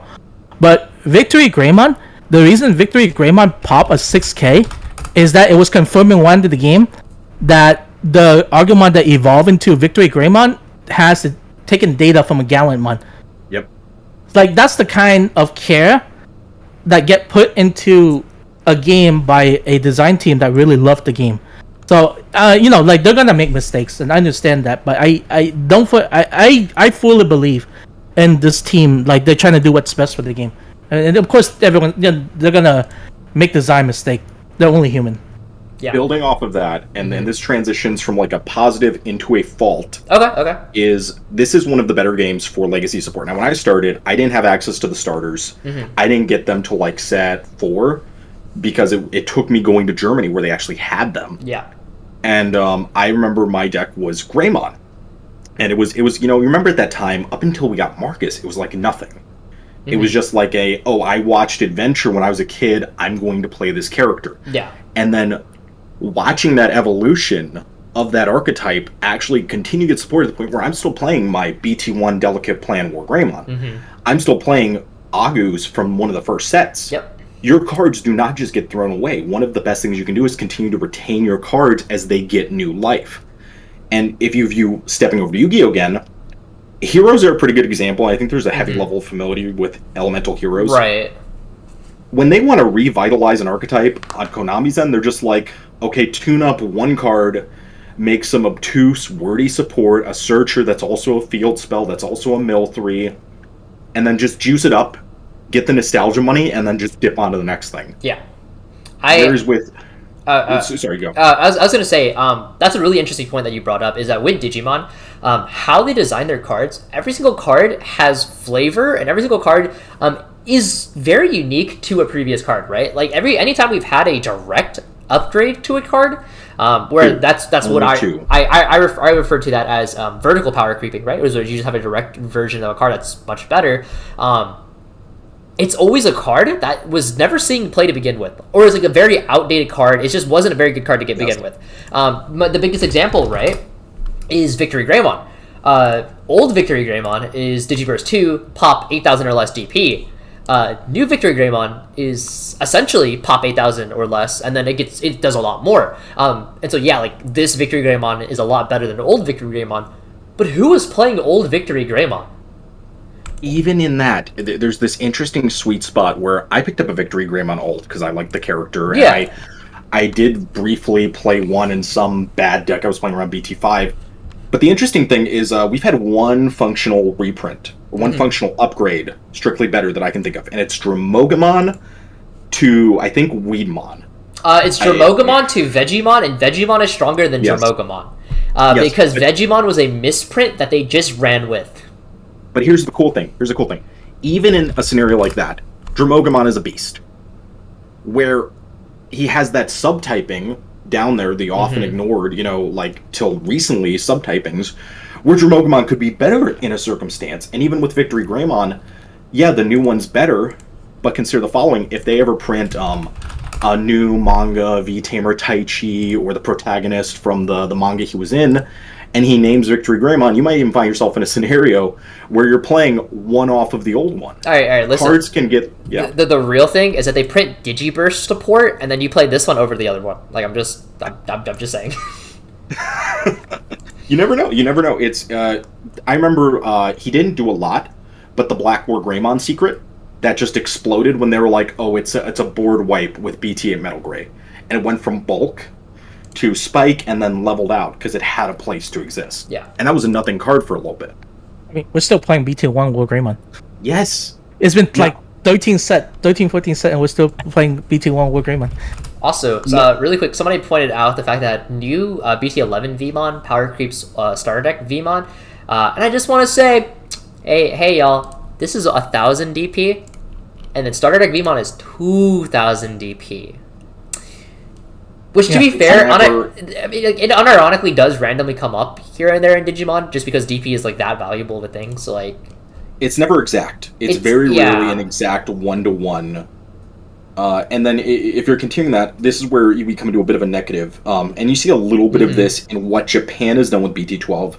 And I've been referring to BT12 as the goggle headset. Like, which one of these shows did you watch as a kid? You're going to want to buy this set because that is your archetype getting a boon. The issue is, and I'm going to use Ward Ray as another example, and this is some of that BT9 feeding its way back in. You have all these ways you could take this deck, you have all these different Greymon variants, and what is the deck becoming in Japan? It's just becoming a War Grey X Turbo. Because how can you ignore the powerful nature of a card like Cool Boy or X Antibody? And that is one, like you guys were discussing this, but an issue that wasn't super touched on is that if you have an archetype that has X Antibody cards, or has an X Antibody form, or even like some of the Royal Knights where they're going to start getting X Antibody modes, that's a constantly reoccurring, it's going to come back. Yeah. It's going to be a problem again. And it's sort of funneling down where you can take some of these strategies, which is homogenizing the design to where every time I see a JP list floating in just to get ideas, it's like, oh, it's an X, it's Cool Boy list. It's Cool Boy list. Yeah, I think ultimately it just boils down to the fact that like BT9 was way overtuned, and it needs to go. I feel like that's what it just boils down to. I have confidence in Bandai that eventually it'll get hit. To some degree, it's just a matter of when. Whether they do it before Nats or after Nats, I have no clue. What the interesting thing that if you look at BT12 design, right? Like now that we're talking BT12, I think they're at the very least kind of understanding the problem with X Antibody and trying to move away from it. Yeah. If you notice with especially the Gallon support, right? Like you think with the new Gallon support, you can easily just slap all of the X card into it, to some extent, kinda. But if you actually play the deck, you realize that a lot of the cards, like specifically the new Tamer, to Biomush, it doesn't say a card with Groundmon on name. It specifically say Groundmon, and it specifically says War Groundmon. So if you play the X version of those cards, you reduce your consistency in having that play. And same with Wargrowl. You know, Wargrowl says evolve into a Gallimon, not a card with Gallimon in name. So I think from looking at that in the design perspective, I think you can kind of see that they're maybe moving away from making everything directly support X antibody cards and just giving you the ability to build like, hey, you don't have to always play X antibody in this specific archetype. You just play like all the regular version, and it'll do something different instead. They're doing a similar thing in EX4 with actually Blue Flare, where you're noticing the Metal Greymon lists a Blue Greymon. Yeah. Mm-hmm. And then a Blue Metal Greymon is listed on another card where they can just put in one keyword. Yeah. It's the difference between saying, look at the top 3 and get a card with Greymon in its name, or get a Greymon. Okay, so yeah, this is actually a really good point. Is the fact that from BT12 onward, it does look like they kind of learned their lesson. Just if not a lot, but like it's starting to get there, right? And like that's been mentioned before, Bandai designs several sets ahead of time. Like we're just now getting EX4 reveals. Bandai's probably on BT14, BT15 at this point, right? I was lucky enough to have an opportunity to speak with the Digimon developers themselves down in Dallas, Texas. And they confirmed that yes, they are several sets ahead. You know, they were like, I was like, okay, how far into the future are you guys? And they were like, you know, like 14, 15. I was like, oh, okay, that's cool. Like, which makes sense from a, you know, it's a business ultimately. They have to do this stuff ahead of time. But it just goes to show like they are like understanding feedback. They are taking this all into account. It's just not showing up until a few sets later, unfortunately. But they're learning. They're learning. I think they just need to be. I think they just need to be more proactive with a ban list. No, I legit think the ban list needs to just scorch earth. Like, get rid of all these problem cards. Get them out of here. Like, it does not matter. Hold no bars. That's actually a cool thing. So, Melga is a perfect example where one of the things that I see players complaining about, and I saw with Alphamon when they took Dora Grey away, and people were like, "Oh, the deck's dead." And it's like, are you looking at the other little 5 slots? Like, are you really considering what tools you have access to? Like, if they pull away Promoware Guru, for example, there are 3 other playable cards that you could slot right in. There's unironically so many. Like, Wargarurumon has, like, way too many copies of itself. Like, why? Like, obviously you use Sagittarius mode, you have starter deck Wargarurumon, you have BT7. Yeah, BT7, even the BT1 one that gains 3 memory. Okay, let's put that one away. Okay, let's not cope that. We're not coping that hard. Okay, we're not going. We're not coping that hard. We're not coping that hard. Okay. So I do want to key in on that specifically is. You also, this is something I tell a lot of my friends who maybe play the game but didn't watch the anime, don't pay attention to the supplementary material, maybe only watched on like JetX back in the day. If you follow the show, it's like Machine Dramon was mentioned. It's like, why does Machine Dramon come up? Because it's like a marketing powerhouse. Machine Dramon's low-key like a Charizard effect for Digimon. Yeah. Or isn't that more so like War Greymon than anything else? So it's like you have like a couple of faces. You've got the OG adventure stuff. So you've got like War Greymon, Omnimon, but Machine Dramon's really big in Japan. It is. I agree. It's like it's in all the games. It's always the boss. It's been in the anime. They keep bringing it back for anniversary stuff. So I'm talking to some of my buddies, and I'm like, look, if you hollowed out Alphamon and you're feeling a certain type of way, that's a pretty premier marquee character. They're still making figures of it. They're still making merch. I mean, Alphamon is the icon for the 3rd anniversary. It's confirmed to get support in BT13. It's like people were getting rid of their cards. I'm like, no, just keep them. Just wait a little bit, and you're gonna go to that leaks chat in any of your servers. Remember when Jessamine got hit? Yes. Yeah. It's like if it's a Gogglehead, a Royal Knight, if it was in an anime. Just retain. Just hold it. Realistically speaking, even if they were to like move it, then it's not exactly the most expensive to get it back in the future. Like, let's be very honest with ourselves. It's to be fair, or you can might spike. Or it's like $10 now, but it might spike. It's $6 right now, actually. There's annoying spikes that can occur where you end up kicking yourself, and this is a very prone game to buyouts. Constantly going on TCG Player, like, I was like, I want to get some pre-release Koromons. Yeah. Because I want foil Koromons with still the art. and they went from $2 to like $8 because there's just constant TCG player buyouts for silly reasons. This is the wrong game to be investing in. Yeah. Don't do it. Oh, real quick, I did read a message. I'm concerned about the EX4 meta in the future. Yo, EX4 sucks. This set sucks. Okay. Well, I'm curious. Specifically, why are you concerned about EX4? Like this person or me? This person, like, The person. I'm just curious what they. Well, I mean, like, EX4 is like could be anything, which is like specifically why they're concerned about in EX4. Being very honest, like I'm sure their comment will pop up at any moment now. EX4 power level is so low compared to like BT12, BT11, etc. If you take a look at it holistically, right? I've got a little bit of theory crafting. I got the tinfoil hat on. Okay. Let me strap on my tinfoil hat. Okay. Strapped on. So, okay. The reason we are getting Ultra-S in EX4, the reason we are getting this archetype is I fully believe one of their big break glass in case of money is an original adventure set with a Joe Gressing Omnimon, and they're just testing the waters. They're getting a feel for it. We had the Ragnalord stuff. Now we've got this Ultra-S stuff. And I really feel like they're leading into all this Royal Knight stuff. That's not even a tinfoil like hat theory at this point, dude. Like we're like the odds we get Jogras Omnimon next, like I'll put money on it. Shit. I tell people this and they tell me I'm crazy. Like I was like they're gonna force it, and you look at that option card, that blue-red one. You look at that tie mat. No, this is dumb. This is dumb. The design seeds are being sown. Digimon Circle Jerking Adventure. Are they not familiar with this IP? Like, we're gonna get Greymon every set until the day we die. We have not actually had an original adventure set. We have had 2020 adventure cards. We have had very little 99 adventure, which is kind of wild. Yeah, wait. Yeah. By the way, I don't know if anyone noticed this.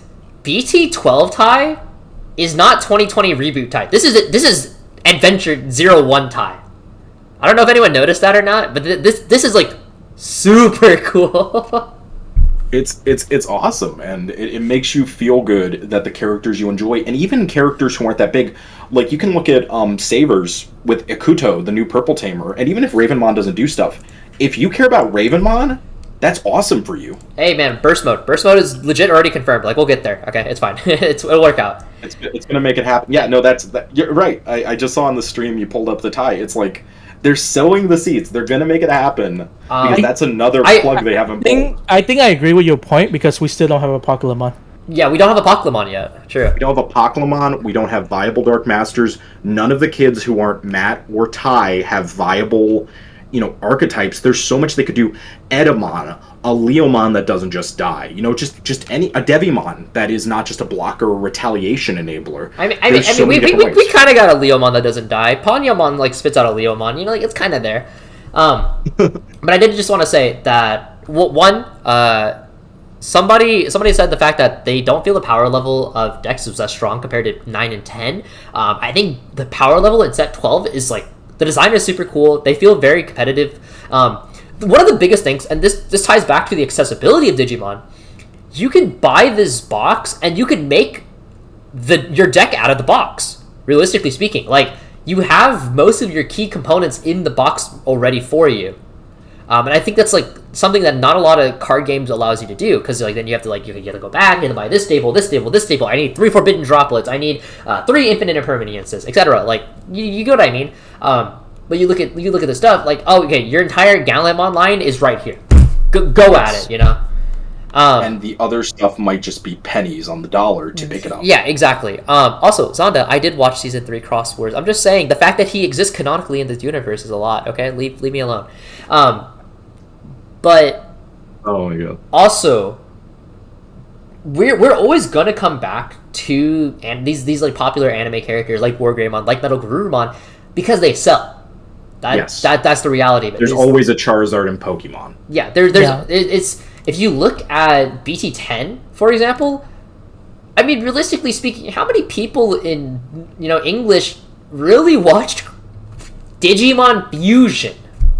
Yeah, I think that's another aspect, right? The last 3 set has been like kind of underwhelming in terms of like brand, right? Like Black Wargreymon is popular, but like Black Wargreymon X is like, oh, he has an X form, that's neat.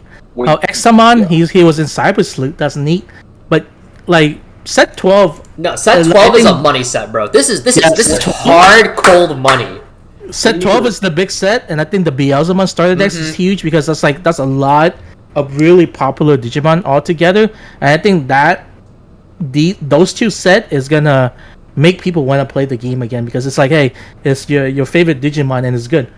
What needs to be remembered is that you actually brought up fusions, is that we are at the end point where American released Digimon is effectively being represented. We're going into like weird stuff where like, I love Cyber Sleuth. Cyber Sleuth was popular, but your buddy on the playground who watched Tamers with you as a kid doesn't know what a Cyber Sleuth is. So we are moving to this point, unlike a Dragon Ball, which is just a forever franchise, the game is starting to survive on its own outside of just the nostalgia grab of, hey, remember Agumon, which is such a good sign, which goes back to the game is not dying. It is going to thrive into kind of an unknown water period. Yeah. You say that, but I think EX4 legit has like 4 Agumon. Well, yeah, true. Okay, you got me there. Okay, wait, it's one Agumon? Two Agumon. Okay. That's it. Just We're capped. live. Oh no. We're capped. It's only 2 Agumons. All right, we're good. What? We have Agumon Expert and fake Agumon Expert. Oh shit! Oh no, I've been had. Wait, it's 4 Agumons. I've been had. How many people did you meet? Like, because I know this is a common thing. How many people did you meet who were like, "Oh yeah, I like Digimon. I stopped when they transformed into Digimon," and then you look at how well hybrids performed in the TCG, where people were giving a darn about these characters who maybe made them quit the franchise initially. Hey, listen, man. All I'm saying is that the hybrid set, the flavor was on point, bro. Koichi has on deletion. That man fell down the stairs. All right, I'm just saying. The set was on point. On the same counterpoint, I didn't realize this until I started playing this game. But like Frontier was oddly popular with a lot of people. It really was popular with people. I don't know. I kind of have an idea why, but I just didn't expect as many people to be Frontier fans as they were. TBH. Frontier was polarizing, but the issue was, and this is something people don't want to hear about Frontier, it was a better show for characters, because here's the wild part, and this is coming from someone who loves the partner Digimon. Outside of, maybe a little bit of Tamers, a couple of the series, the partner Digimon aren't really their own characters. They're an extension, most of the time, of the character. So you're bloating your cast by doubling it. So when you go to Frontier, it narrows it down to like half the cast size, and then you get a little bit more time with each character. See, I'm gonna have to disagree with you on that one, because if you look at Terriermon and Tamers, that man carried the show by himself. That's why I said aside from Tamers, and like, I'm a Gomamon stan. Gomamon, best partner. 2K every year. I think Saber did a pretty good job too. I guess I guess the smaller cast in both Saber and Tamer is a pretty good formula because I'm not gonna dwell on this too long because this is not what the stream is about. True. But Got me. I don't like Frontier because they spent 7 to 8 episodes losing to Lord Knight Dynasmon, and then the other 4 kids became irrelevant, and I hated that part. But that's just me. That's just me. We can transition that into the TCG, which is Gogglehead privilege and Wolf Boy privilege, which is a constant thing. Where they sell. it's a rough one because I'm looking forward to whenever they inevitably print Gomamon support, Patamon support, or Palmon support rather. Some of these random extraneous partners who didn't get to do too much. But another thing Digimon players need to do is think about what's going to come back. Think about what's always going to be coming back. Is it a Machine Dramon? It's going to come back. Is it a Gogglehead, a protagonist? It's going to come back. But sometimes they'll shock us. I didn't expect Blue Flare to be getting this much. I thought we were going to get 2 sets of Hoorah and then Blue Flare would be over. And then they'll no, here's more support. Bro, we got the Cross Wars DES game. Grey Knightsmon. Yes. How many of y'all even knew this guy existed? They added him to the reference. They had to add him to the reference book. We've also gotten Digimon exclusive to the Digimon TCG. I first made an appearance in this game. One of them off of my head is Balmon X. This didn't exist prior to the TCG. Oh. Man, I made Grey Knightsmon guess as a joke when they reviewed the card had black, and it turned out to be true, and I don't know how I felt about it. It's dog shit, so don't worry about it. We're in deep cut territory. We are officially in deep cut territory right now. Okay, so yeah. That being said, I do want to move on to some other people. So if you have anything else that you do want to add on to Tepid, yeah. All I want to say is just holistically, if you are a player of Digimon, try your best to prop up even if it's a small one, prop up a community around you, because like you said, this is number 4. We are only ever going to be number 4. We will not break that top 3, and that is not an issue. So prop up a small community around you. You know, if you're going to your locals, help new players. If someone wants to get in the game, I know we all have bulk. Don't be afraid to just give it away. It's not like you're going to move it out anyway. Yeah. And this game will continue to grow as sort of a tinier grassroots game, and will continue that support. I do have a small plug. You can find me at Gordo's Games on YouTube. I do some content creation and video editing there. I would very much so love if I could get views or criticism just to improve that a little bit. And I just want to say thank you for letting me come on, share some of these spicy hot takes. Yeah, for sure, man. And just for hosting the stream. Thank you. Thank you so much. I appreciate it. Notice how I let him finish talking and not Tay. That really says a lot about how I feel about Tay Frey, my best friend. No, I'm joking. But yeah, so that aside, I feel like we did cover a lot of ground. Obviously, if anyone else wants to get into, if anyone else wants to hop into the chat, we can discuss this a little bit. But I do think, going back to the original point of this entire stream is the direction of Digimon for a lot of people. Yes, right now it's a bit weird because BT9 feels like a stale format because there's not a lot of events going on because we're leading up to nationals, etc. But the future is bright. I think the future is just very bright. I think the important thing to look at is as you're not having fun, because again it's a hobby, you can kind of lose sight of it, and then you hear all this negativity and it become like a whirlwind of negativity. But you just look at it on like a fundamental level, right? I think Digimon base design is very good. I think the game, the way the handling product for the game is very good. Like most of our basic is covered. Like this game literally need a ban list. That's it. I think one ban list and it's gonna fix a lot of complaint for a lot of people. Yeah, I definitely it's like this game. The issues that it has are very in your face. It's right there. It's not too difficult to fix. If you look at the design of BT12, like I said, they are designing sets ahead of time so that the feedback that we get from previous sets it's not going to be applied until much later. But BT12 decks are very interactive. That's a bit weird, but a lot of them are wind digivolving effects. They're not like you can hide in raising and get away with it, OTK your opponent, Metal Garurumon, go brrr, you very much will have to play to the board. And yes, they're very strong, but the fact that they have to play to the board says it gives you some semblance of counterplay, and that's absolutely fantastic. The only deck that's arguably you don't get that opportunity is Red Hybrid because Tamers, and then Beelzemon because Beelzemon kind of just guns you down. But that aside, and even then, we have answers to those things, right? But that aside, the decks that are coming out, they are relatively much more interactive comparatively speaking to older decks, right? BT9, BT10, etc. Right? Because with BT10, you play into Crossheart. Sometimes they just have multiple cross fours and you just get gatted down. There's not a lot you can do, right? Sometimes Metal Garurumon just beats you to the ground, Granis Quagamon, etc. But they're trying to correct that, starting with BT12, it looks like. EX4, the power level is a lot lower, but again, they have to play to the board. It's board value. It's on digivolving value. It's not stuff that you can just chill in raising and get away with, right? So to me, that's demonstrating that the fact that hey, we're learning. We're learning from what is happening, right? Do you have anything to add on that? No. Okay. And then while we if somebody else wants to join the call to talk about their takes, more than welcome to do so.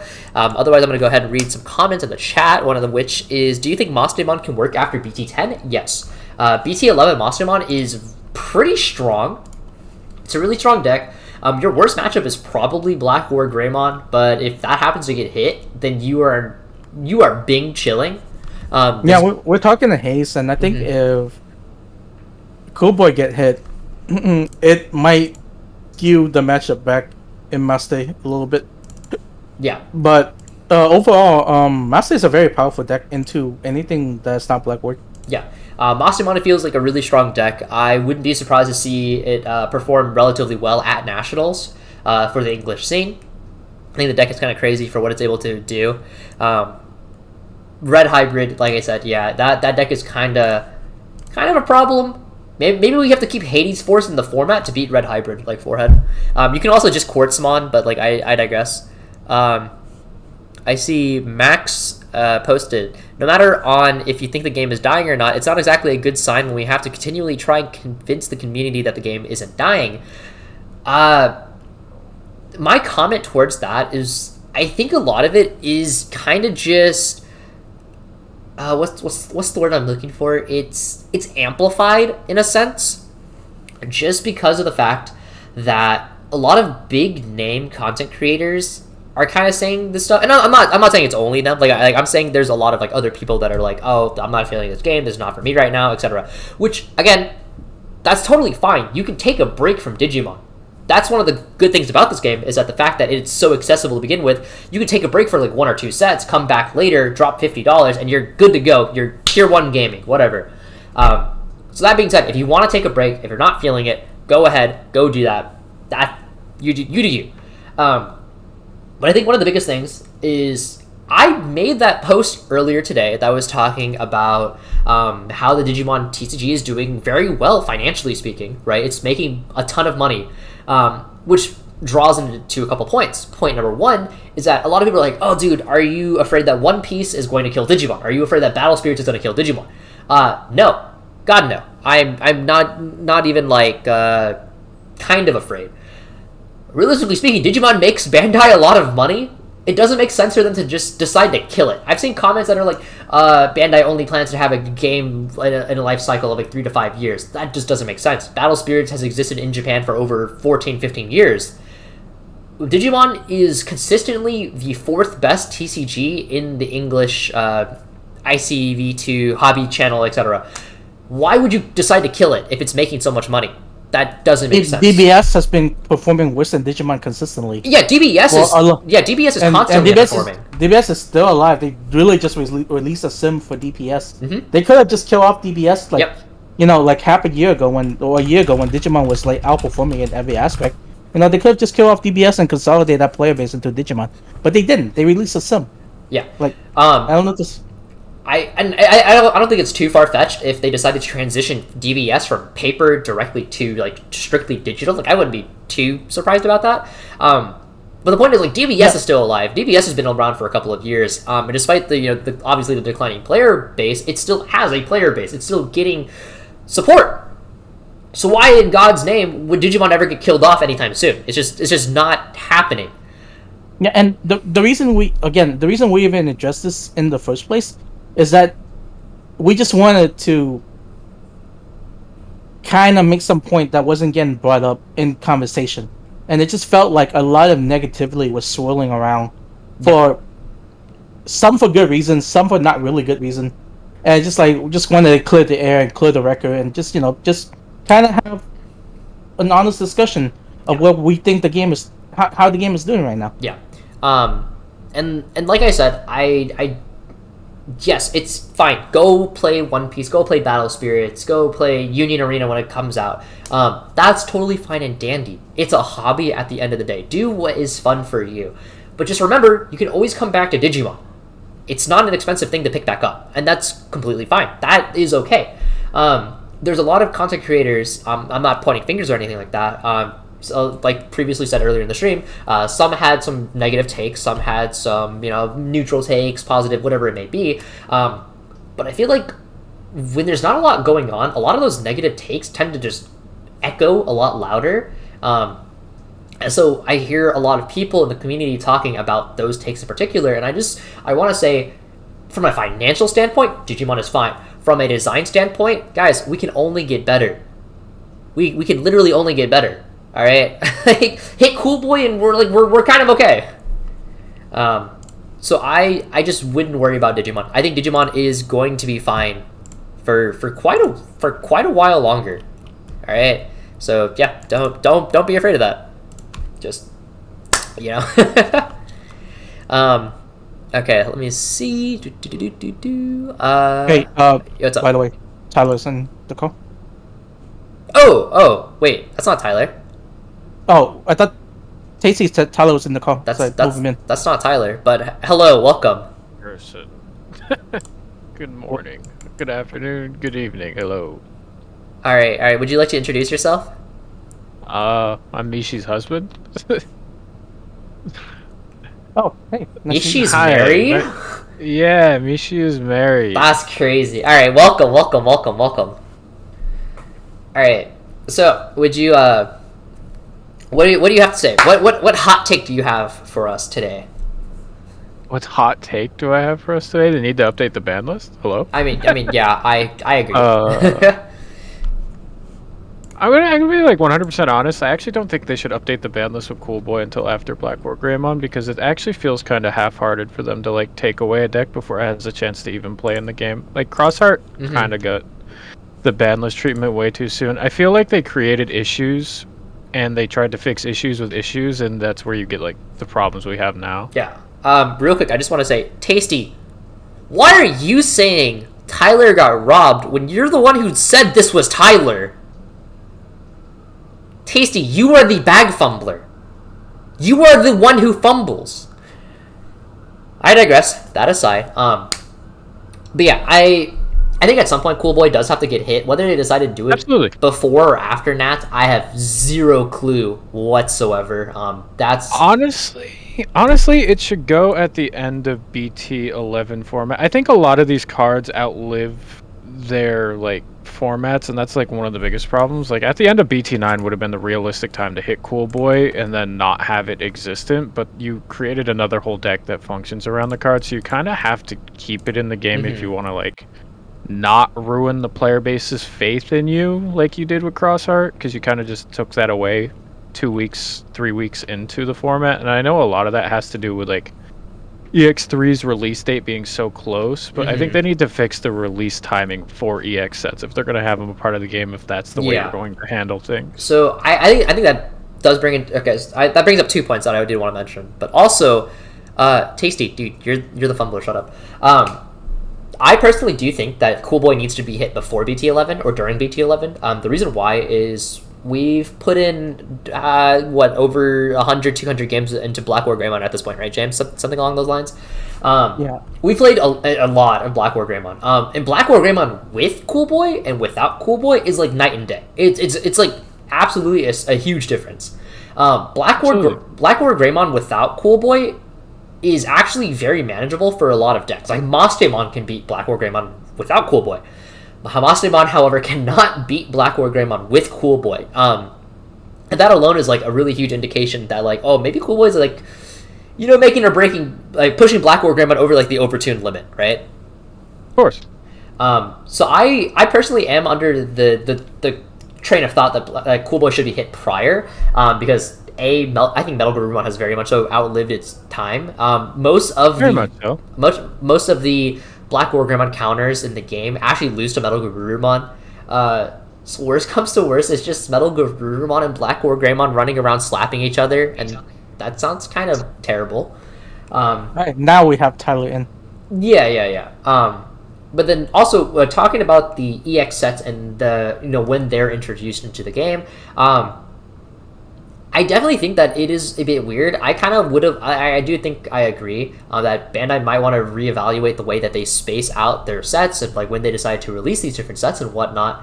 I think EX3 was a bit of a weird situation because BT10 was ever so slightly delayed, so it's even closer than it was initially intended for. That being said, this gap between EX3 and BT11 is 3 months, which. If you play Yu-Gi-Oh, isn't Yu-Gi-Oh like 3 months? Am I crazy? Yeah, natural format spacing in Yu-Gi-Oh is 3 months, which is probably about perfect, so the game doesn't get too stale. But we didn't really get a chance to play the format we had before. Right. So that being said, would you say that EX3 introduced enough changes to dynamically change the format to where it feels like a completely different format, or would you say that relatively it's still the same thing? Because at the end of the day, Metal Garurumon is still the best deck, right? It didn't change it. It didn't really change it. Like, I'm gonna be like 100% honest. I think one of the things that needs to be changed, like I agree with your take on Cool Boy, but I also think that one of the things you could do to just hit Metal Garurumon is just get rid of the Garurumon promo. That card actually should not have Garurumon promo or where Garurumon promo? The Garurumon promo, the one that draws cards.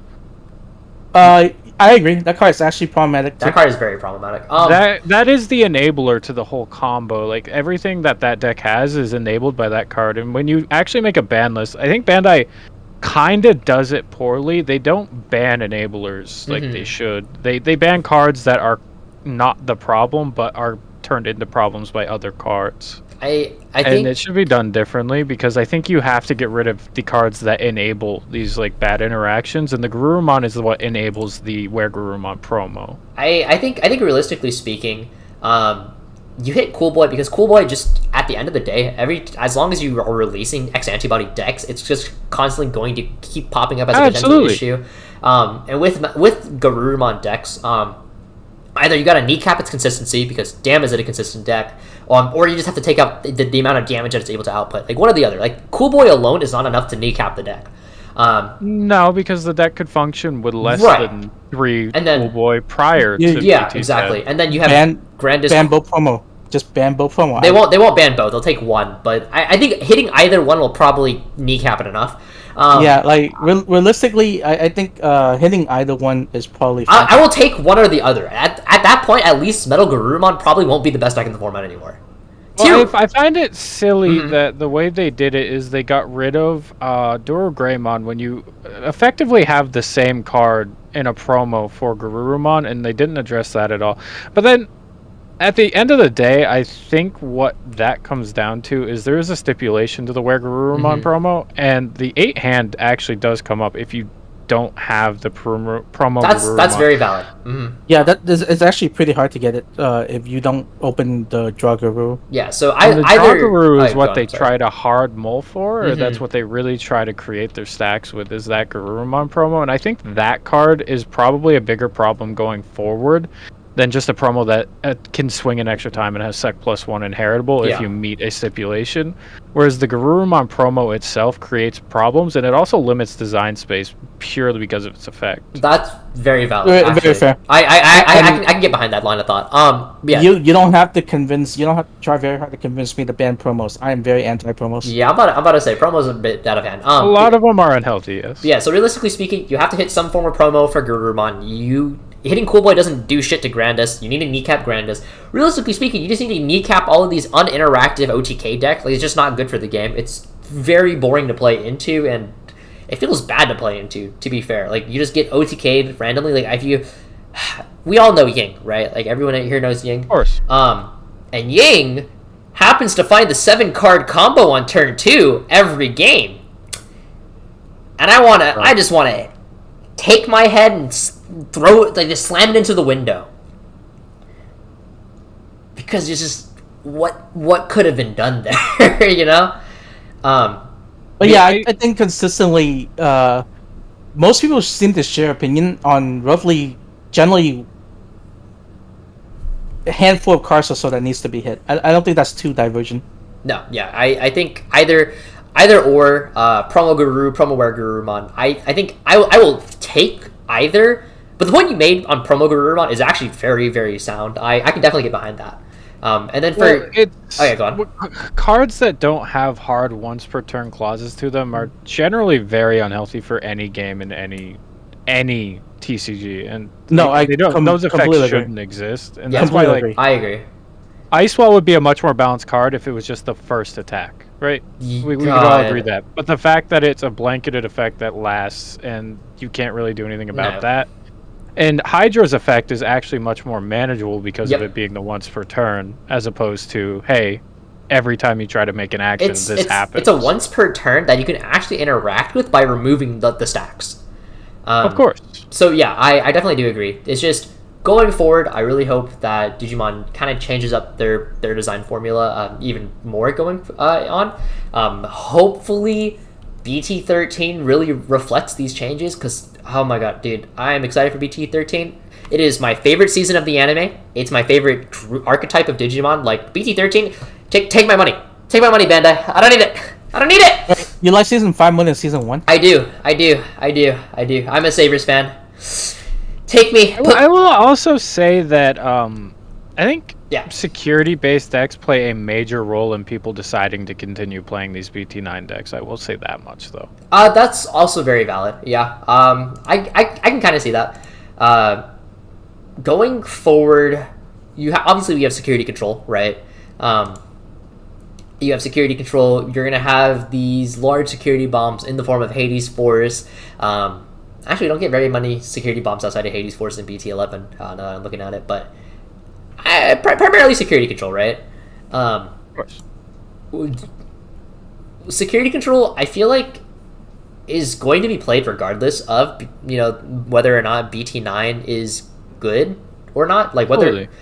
it's just a fan. It's I say this somehow with irony. It's a fan favorite deck amongst the community, for better or worse. Like there's people that hate security control, and there are people that just absolutely love it to pieces, and they'll only play security control. Do I think its existence is a problem? No, I don't think so. I'm probably, I don't know whether I'm in the majority or the minority with that one, but I don't think necessarily it's a problem. I think it does have like some clear line of play that makes it so you can play around it, but This is true, but I think the introduction of Death X kind of took away your ability to play around it. Yeah, Death X was definitely a weird one for security control. It definitely gave them a lot more tools than they previously had, and makes it really difficult to play around. Because, I mean, prior to that one, you had Schwarzlehertz. Yeah, I think Hayes brought up a good point. While I don't think Death X is problematic on a competitive level. Yeah. For casuals, it's kind of... Yeah, maybe consider hitting it 2-1 would be good for the game overall, because it'd probably just be better for a casual experience. Mm-hmm. But if you wanted to go with your theory of Black or Greymon should not exist with Cool Boy, I think the format that you need to live in with BT11 then is they're gonna have to make a lot of changes. Like the Garurumon promo would have to go, Cool Boy would have to go. You have to hit Grandis to some degree. If you get rid of the Akuamon promo to a degree, that deck is... If you get rid of Akua or you get rid of Granku, either or, it'll kneecap the deck, TBH. I think the Akuamon promo, like I said, with limiting card design, I think that's another one that can go because of that. Yeah, that and effect alone. the piercing. Yeah, and also the get piercing is huge. so because it's both effect at once, so that means if they want to get piercing to remove your stack, they then are forced to play the Kuwaga X. And you'd also have to it's weird, right? Because I think another card that not many people talk about that should probably go away too is the X antibody option itself. Yeah, we did talk about that a little bit earlier. Yeah, I actually said that maybe that card is just like not worth keeping in the game and just limited to one. The problem with the card is it doesn't necessarily need Cool Boy. If you really wanted to, you could run 3 or 4 of it, and it allows you to do pretty unfair things because it's not a once per turn. As long as there is an X antibody card existed in the game, you can kind of abuse this card a little too much. Yeah. No, that's very fair. That's very fair. Izzy said, "Here's my hot take: hit the X anti option to 1, and Cool Boy can stay unlimited." What do we think? No, I think Cool Boy. It does too much, right? That whole package is a problem. Just shoot everything in BT9, please. BT9 was a lot of BT9 was a mistake for the game, but I think another thing that needs to be addressed is the Omni protection. Not really Omni protection, but the protection you get for for Greymon and Garurumon is also a problem. Because if you look at a BT9 deck that no one really talks about being a problem, it's actually Gallant. Mm-hmm. And Gallantmon plays within the rules of the game and not having those kind of broken effects. And it actually has its own version of Cool Boy in the form of Kalumon, which is a much healthier card, and I kind of wish they would go further into that kind of design space as opposed to making more tamers that are uninteractable that create those effects. Right. Let's be real. It played both. It also played. I'm about to say it also played Cool Boy. It just did both. Of course, but it doesn't utilize it as well as the other 2 archetypes do. Yeah, it doesn't have a rookie that evolved, draw 2, and look at top 3. Exactly. I do think that the amount of Omni protection that we are getting in the game, I think, can definitely be toned down a bit, because at a certain point you just start hitting a brick wall and it just feels kind of bad. Yeah, I'm not sure I love. I mean, I'm not even not sure. I just don't like a lot of these protection effects. I do understand stack decks needs protection to some extent, but I think we kind of got a little bit overboard. I would like more form of alternative removal. Mm-hmm. Just to hey, this is a slightly unorthodox removal that's a little bit more expensive than the standard removal, but you can play it to get around the stupid protection effect. I would like to see that informing counter design. Like maybe even like a 9 cost, like tuck this Digimon under a tamer or something. All right. Also, Tay said he loves you, Frosty. Does he? And Izzy, I love him too. Izzy also said he loves you. Also, Izzy said, "Here's my actual hot take. Hoang, please read this one. Ban HPD, please. My brother in Christ, one time." Yeah. Yeah, I don't disagree. I hate Bloom Lord. I hate Saki one-ups, dude. I hate Saki We've been one-ups. saying to remember our ban list prediction from like 4 sets ago. We said to ban HPD and Nightfall. I hate Saki one-ups. And then Green Player hated us because they're like, yeah, we only have HPD. It's fine. Let us keep HPD. We swear it's fine, dude. Man, y'all get Quartzmon later. Leave. Be gone. This card is busted. This card's actually busted. This card is dumb. But yeah, I do agree that broken one-ofs like that, Saki one-ofs shouldn't be existing. No, they feel awful to like just play against, right? Because like if you get hit by the Saki one-of, like, damn, I got sacked by the one-of.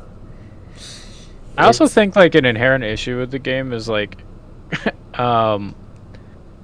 the optimal way of playing the game a lot is like if someone doesn't have memory tamers to just keep setting them to 1, and I think Ice Wall just like makes that more unbearable than it already is when you're just like battling back and forth, just setting each other to 1. It just takes away an entire turn, which generally takes away the ability to even win the game or even play the game for a turn, which is All right, so with that being said, I do want to move on to our next guest speaker because he has been waiting here for a hot sec. But thank you so much, Frosty. Do you want to say any last words to chat? Please no wear Garurumon tomorrow at the regional. Thank you. All right, with that being said, thank you so much for coming on. We do appreciate it, and you have a good evening, morning, afternoon, wherever you are. Will do. All right, Tyler. Welcome. So there. All right, he left. I think he's coming back. Maybe. All right, there he is. Okay, Tyler. Hello. Hello. All right, let me raise your volume a little bit. Can you speak? Yeah. Okay. All right. So, do you want to introduce yourself? Hi, I'm Tyler. I guess from Gaia Force Gaming. I don't know. I feel weird plugging. I'm not here to plug. I'm here to talk. All right. Let's start talking. Let me hear it. What you got for me? What have people said? I don't want to be redundant. I came in at Tayfrey. What did people say? Honestly, don't even worry about being redundant. Just pop off. Okay, so I think a lot of the negativity in the game right now comes from a probably unintentional echo chamber that are created by the loud voices in the community. I think when people see the people that they really admire talking badly about the game, and then they lose, instead of looking at objective reasons why they lost the game, they're just like, oh, OTK meta, game sucks. Because that's what they hear, and it's just like really unhealthy, I think, to like look at things that way. Right. I just think people who other people look to for advice and information should be better about the words they choose promoting a community.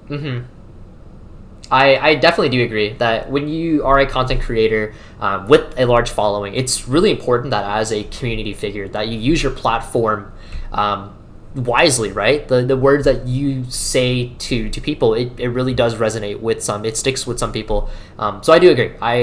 People should use their platforms a lot more wisely, whether for good or worse. Either way, right? And again, that's why when it was pointed out earlier that it's problematic that you even have to try to defend the game dying or whatever for the stream.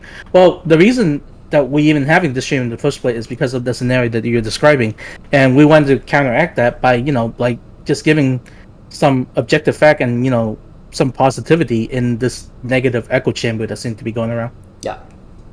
All right. What is hot take number 2, Tyler? Hit me with it. Like, I don't know if there's any more hot takes. I think. Okay, let me start by saying none of these are personal attacks. Yeah. Well, every content creator in this community, I get along with everyone. I just think that people kind of, I don't want to say lose sight of the things they're saying, but like, I think, I want to word this in a way that doesn't come off offensive. I think, and this goes for me too. Okay. Like I am not without sin. I think a lot of people did really well in the beginning stages of the game because they're the type of people who put a lot of time and effort into the game and pick up on trends and things quickly. Mm-hmm.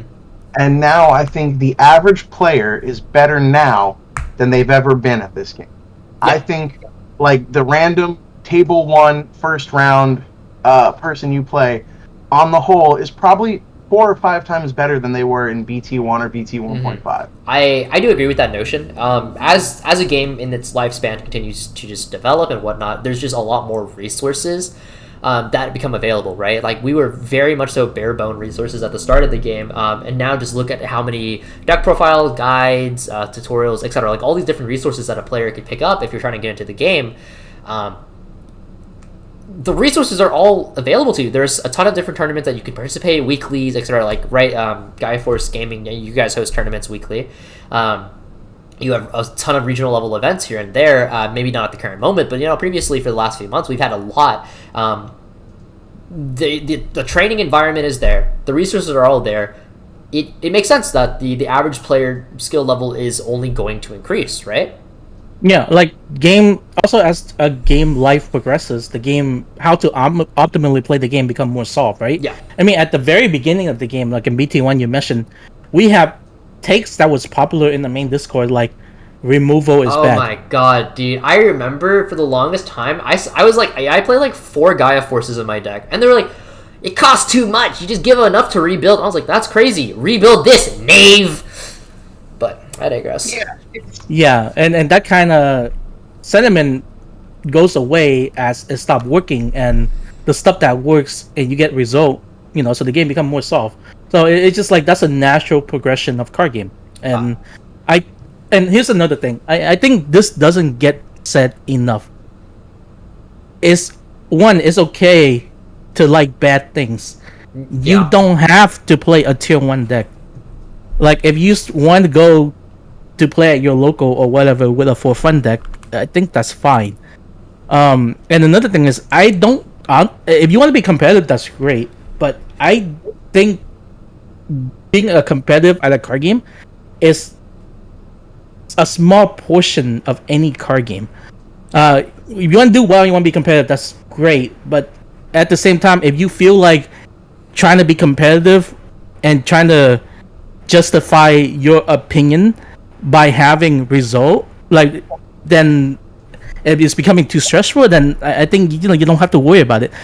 And that's like one of the kind of negative attitude that at least I try to avoid, is that I know plenty of good people in other card games that are great player, great theory crafter, that just don't like to compete, so they don't have the result to back up their opinion, but they're very knowledgeable in the game. So just because, I guess one thing a lot of people can do is that the next time you have a discussion with someone, don't immediately go to, hey, you don't have your result, your opinion doesn't matter, that kind of thing. All right, and then all right, go on. Sorry. Oh, I'm sorry. I just I think it's wild that. Not wild. I'm sorry. That might be too much of a strong word. I think that I had a gut reaction to some people being content creators, their content being for the betterment of the community, like to get people better at this game. Right. Like that's why we all do it, right? Like for the most part, like we're trying to inform people so that they don't have to go through the trial and error. They can become a higher skill quicker so that they have more fun in this game and can explore their creativity and deck building and their competitive side in a better, healthier way. But then for those same content creators to be like, I can't play these wild, outlandish decks anymore because I'm losing to really consistent decks that don't punish you for making bad macro transactions. But it's like, you're one of the people who are helping people learn those decks. And it's weird. It's just weird to me that the community getting better is hurting these people. And I'm ranting a little bit, but I also think that some content creators can be a little more honest about how much time they put into the game now versus when they felt like they were at the top of their game. Yeah. Because it's like me personally, I put a lot of time into the formats that I was like topping every single event, and right now I'm not. So when I tunnel vision at Ultimate Cup and I end up bubbling out of top 16, like it's because I'm just not putting in the hours that I used to. I'm not putting in the work I used to, and like I could be honest with myself about that. It's not bad, right? Like, but I think people don't like to be super objective with themselves. Yeah, and I totally get that. And so before I comment on that, I did want to mention. So Izzy did say one thing also about like the game, people just getting better at the game, is that a lot of combos nowadays are a lot more streamlined and a lot easier to perform. Like there's a lot less emphasis on micro as compared to before. Like for example, a lot of the BT9 decks are pretty straightforward. Like Grandis Quagamon is a very straightforward deck.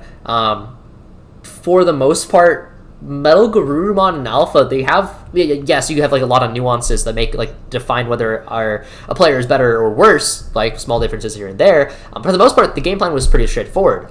Then you have some more complex decks like Bloomlord, where you have a lot of those micro interactions, and then you go back to a pretty straightforward deck like Examon.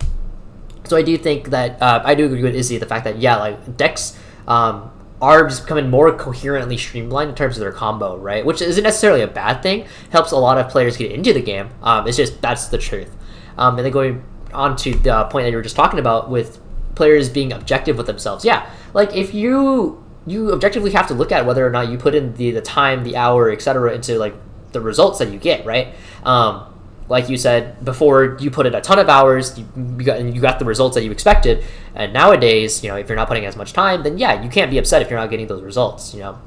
Speaking objectively about myself, I started going to school again. I work a full-time job. I don't have time, the same amount of time as I did during my prime, right? And so as a result, I'm not playing events. I don't have results to back it up. I can't get upset, right? So I do agree that objectively you do have to look at yourself like that and just be honest with yourself, like whether or not you are at the same condition or same level as you were, before, that's something you have to be honest with yourself about, right? So I do definitely agree. All right, anything else you want to add, Tyler or James?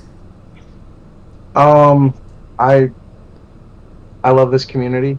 I think the best part of this community is not even the card game. I think everyone just needs to realize that we're here to have fun. Yeah. And I think I get how it can be easy to fall into like the doom saying, but at the end of the day, like even Bandai, the TCG division, each card game is its own company. The money doesn't come from the same place, really. Like if people understand how huge companies like Bandai works. Like, being upset that a new card game is coming out would be like, Pokemon Scarlet and Violet had glitches, and now they're making a Super Mario movie. What's Nintendo doing? Yeah. What? It's different divisions. It's almost insane to hear things like being upset about different card games. At the end of the day, you want there to be more money in Bandai's pocket so that they can support the things that you want them to support. Like, it all goes to Papa Bandai eventually. Right. I just think that sometimes this echo chamber creates it's like big voice is negative, people watching voice repeat it back, and then big voice is like, is the game dying? And it's just like, yeah, you're the water, and then you're getting mad that people aren't drinking. Like, what's going on? No, that makes a lot of sense. I mean, just look at, if you want to look at how the game is doing, just look at TCG listing, look at product is moving, right? Like we talked about this. There's so much talk about like, if you're not playing tier 1, it's not worth buying, it's not worth going into, right? Look at I got it. Yeah, it's the new one, right? Is it the ultra or the base art? Base art. Okay. Look at Fighter Mode, right?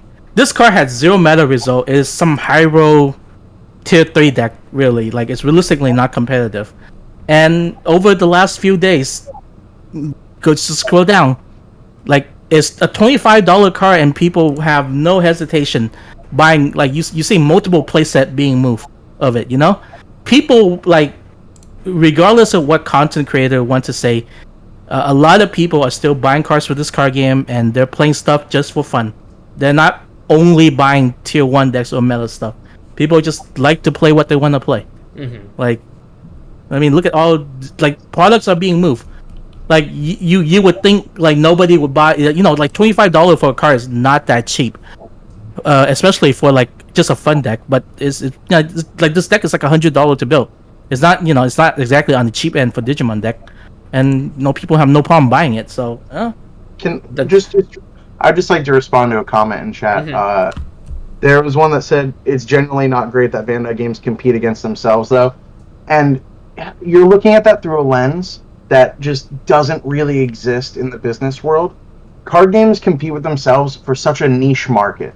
Like, they're only the most competitive players who wants to play, like, any deck anytime they want on a whim is going to be really hurdled by the cost of more than one card game.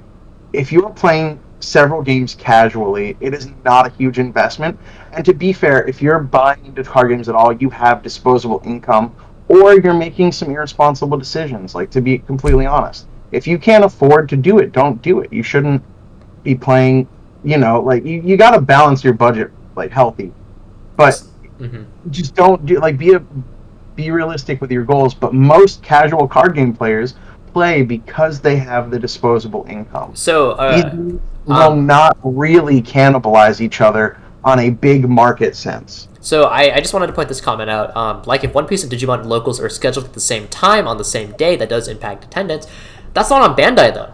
That's not Bandai making the decision to have the games, you know, cannibalize each other or whatnot. That's just that's your locals' decision, you know. Yeah, if your locals has Digimon running the same day as MTG or, you know, Pokemon, that's your local problem. This is one of those things that, interestingly enough, Japanese card game shops go through, is that the fact that they have such small confined spaces and they run multiple card games a day, they have to do best of one formats to get through all these card games in a single sitting, right? So it ties back to, that's not on Bandai more so than it is just on the logistics of the card shop itself. But, you know, that is its own thing. Alright. Anything else you want to say, Tyler? Nothing. I love Digimon. I love this community. I'm never going to stop playing. Let Bandai cut all ties to this game. You will still find me in the GFG Discord running weekly events. Yeah, man, we'll play whatever deck format there are at that time, right? True. I love me some BT20. Yum yum yum. Like, I don't know. I just love Digimon. Like, that's just straight, simple to the point. Like, I love this franchise.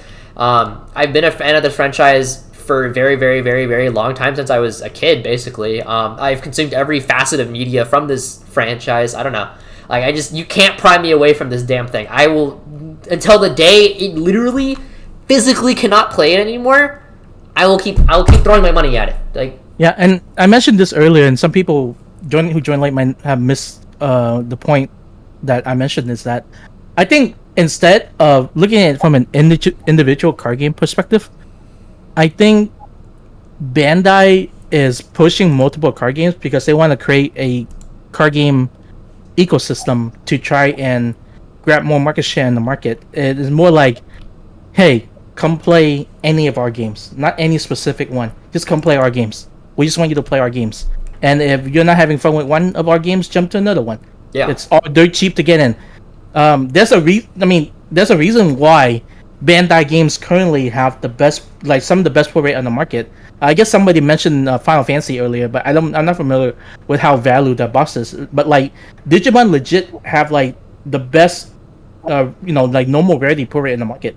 Like, you look at a game like Vanguard, right? Like, Vanguard right now, they recently made a shift to increase the amount of triple rare, which is their equivalent of super rare in the set. They went from 10 to 15, and based on their current pull rate, they're having a bunch of price issue right now where their meta staple was anywhere from like $30 to $50, and then sometime on release they're having card hit, like, there's a new card in Japan that's like equivalent to one of our rares, and is 6,000 yen on 6,000 yen on release. So I mean, I'm just saying, Bandai, the way Bandai is approaching the market right now is they want all of their card games to be very, very accessible, so that it's easy for you to buy in at any given point. And if you decide that you're not having fun and you're selling out, it's not hard for you to sell, because I mean, people here knows how difficult it is to move like a $500-$600 deck in Yu-Gi-Oh, right?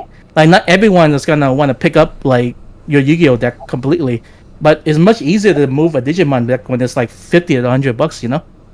Also, guys, the odds that we get Union Arena in the States or in English happening. in general, it's kind of slim. Yeah, they would have to get the rights for like merchandising in a collectible market for every single property. Well, so for as long as it's in print, like it's gonna be a nightmare. And another point is that I know Jasco Games, MHA card game people right now. I'm pretty sure they have I wouldn't be surprised if they had an exclusive clause specifically with My Hero, which means that you couldn't print My Hero in Union Arena for English, hypothetically, if that were to come out. So you would have to. You would have to do it Weiss does, where you just skip sets that appeared in Japan, and that feels kind of bad. So I don't know. Yeah. I believe they do, and I believe they have for a while, because I think that's the reason why Chrono Clash's My Hero set couldn't be released in America. Mm-hmm. So that makes sense. It was a European exclusive. Yeah. I mean, it's all speculation at this point, and we don't know realistically how the back row deal is working. But I have no idea. There's potential where Union Arena might not release in English for a while, because recently Bushiro announced Shadowverse, right? That game has been out in Japan for quite a while before they even announced an English release. So I wouldn't count on Union Arena just having an English release right off the bat. It might take them a little while to get here. I wouldn't be surprised if it was like a year or two plus, TBH. Yeah, mostly because of the complexity with all the licensing and everything. Even if they do own the rights to a lot of it, when you have so many IP and you're dealing with international laws in a completely different country where multiple companies might own the right to certain things, it gets complex. And I don't know. I don't expect Union Arena to drop anytime soon. No. Just one real quick thing. Okay. I think if people looked at it just from a different view, a lot of people are like, "Oh, the game feels stale," but these new card games that Bandai is pumping out feels like they're gonna distract people. But I think that's kind of the point. I think Bandai realizes that every card game is gonna have stale metas. Yeah. And they want to be the other card game that you pick up during those stale metas. Yeah. Like, it's actually so healthy that right now, if people are like, I'm not feeling the meta, I don't have anything competitively, I have my invite, I'm waiting for Nats. Oh, One Piece just came out? Yeah, I'll mess around with that for a month or two before Nats. Yep. Yeah, I mean, I pick up a couple of decks. I'm playing the game. It's fun. It's fine. Yeah. Yeah, it's $50 for me to pick up a deck. Why not? I'll play something different. I'm not tied to any card game. This all ties back to the previous point that we made, right? Bandai is putting out these card games so that if one of the card games feels a little stale, you can play another one of their card games. Bandai wins at the end of the day, Yeah, and we win, because if Bandai is making money, they're putting it back into the things we want to consume. Exactly. Yeah, another thing is to consider is that instead of think of individual game having their own budget, it might be a consolidated budget between all the games within the TCG division. So they might keep a game alive even if it's performing not as well, just to have that alternative out there for the player base. So that's something to consider too, if you really worry about the potential health of any of the current card game. And just remember, One Piece is one set in. That game is gonna probably run into design issue at some point. Like every card game does. You can't avoid it. The Dawn system is inevitably going to run into some card that is just a pain in the ass all around. It's inevitable. And that's not a dig at the game. Like every game has flaw and every game has issue. It's just that when you run into this problem and the game is in a bad spot, I wouldn't instantly jump to just being, negative, because the design team will probably try their best to improve in that situation. So it's just a general thought across, the design team listens so well. Yeah. We just are so impatient in North America and don't realize how long it takes to make some of these changes that people want to see. I mean, going to that, what card game has their design team fly out from Japan to regionals? I spoke to the developers. They're cool. Yeah. We met them at Dallas. They're great people. Yeah. What other card game does that? I mean, like even like the foil tamers in the starter deck. Yeah. I have a strong feeling that those were a suggestion to the design team from players that are well known in the community. I just have a really strong feeling. Listen, I do think, like, if you look at the design of the cards alone, if you just look at the actions, like the reprint set, that was probably something towards the community, right? Like Bandai obviously didn't have to do anything like that, but they did, and that's absolutely fantastic. Yeah, if you look at other card game and like how anti-consumer some of the behavior is, and you look at the way that Digimon's being handled right now, we have the Beelzemon deck, which is great value. Reprint a number of staples into the game, and then you have a reprint set coming on the heel of that. There's a lot of action being taken by the Digimon team to make this game very accessible, very player friendly, and very consumer friendly. And I think that's a really important aspect of the game to consider. All right. Anything else you want to wrap up with on Tyler? No, I will avoid going on another rant for my third wrap up. Thank you guys so much. Hey man, if you want to rant, be my guest. I am so chill. All right. I just want to be on, man. a positive beacon in this community, and I want people to feel good when they play this game. Yeah, for sure. Yeah. Thank you so much for coming on, Tyler. Really do appreciate it. You have a good evening, my guy. Thank you. All right. I love you all. Yeah. And, all right. On that note, I think we've been at this for quite a while. It's okay. So I will. Joe Doby said he maybe wants to come on, and I will give him a whole 5 minutes, and he will be the last person.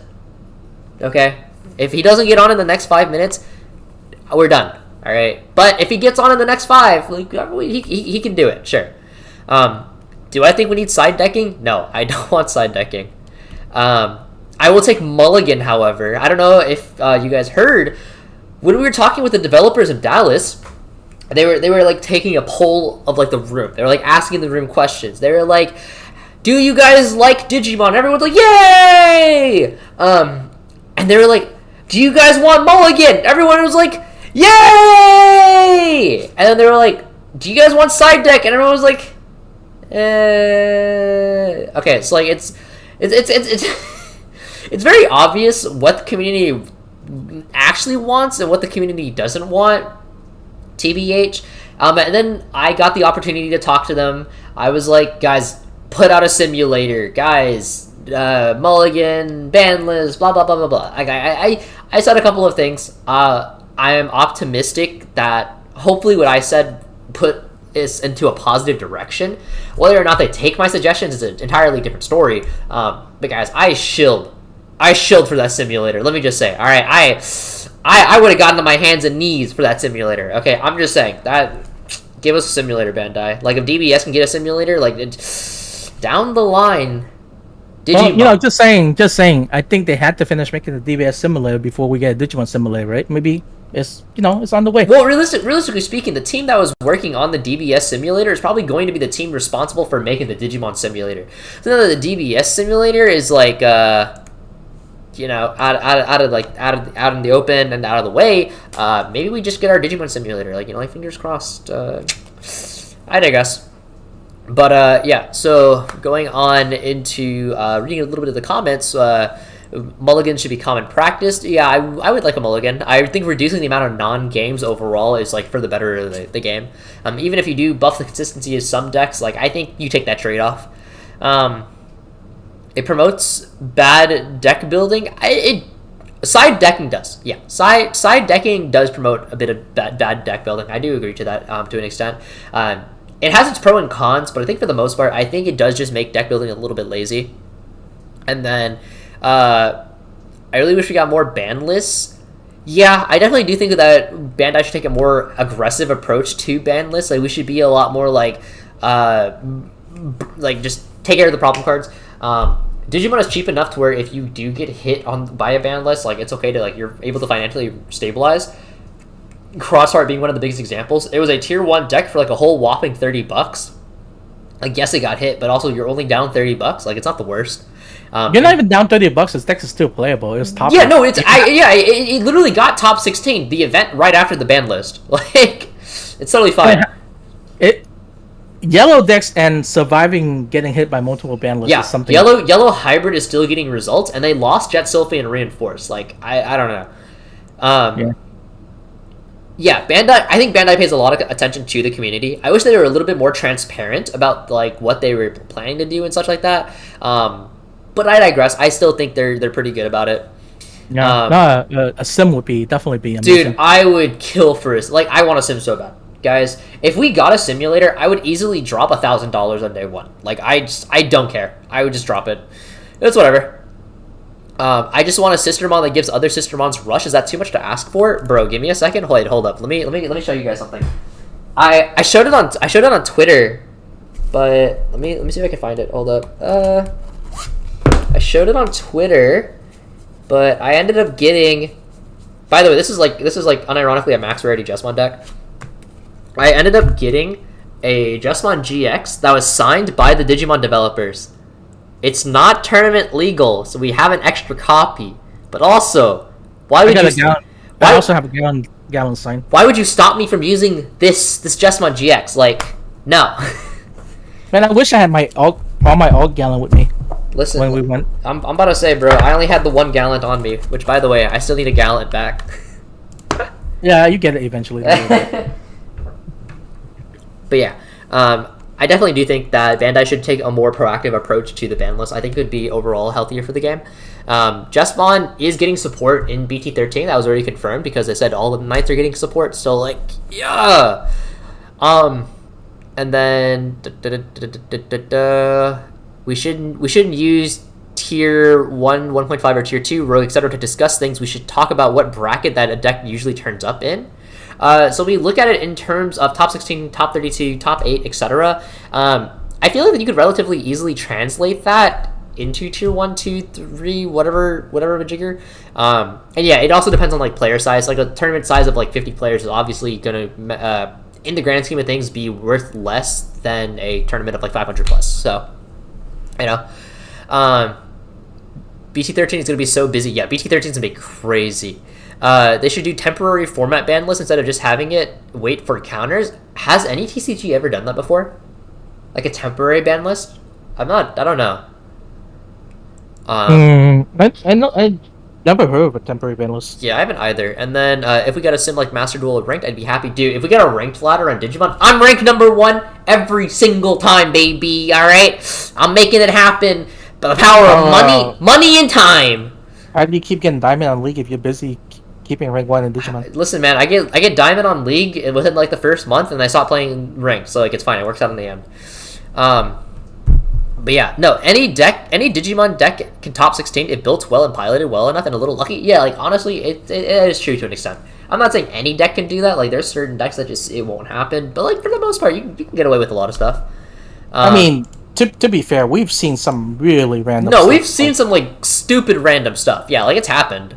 I think Tyler point is very valid to an extent. Like, where's Hayes' freaking Google Doc? Let's see. Like in EX3, in top 16, we have had Armor topping, Yellow Hybrid, Bloom, Master, Sekon, Warg, Melga.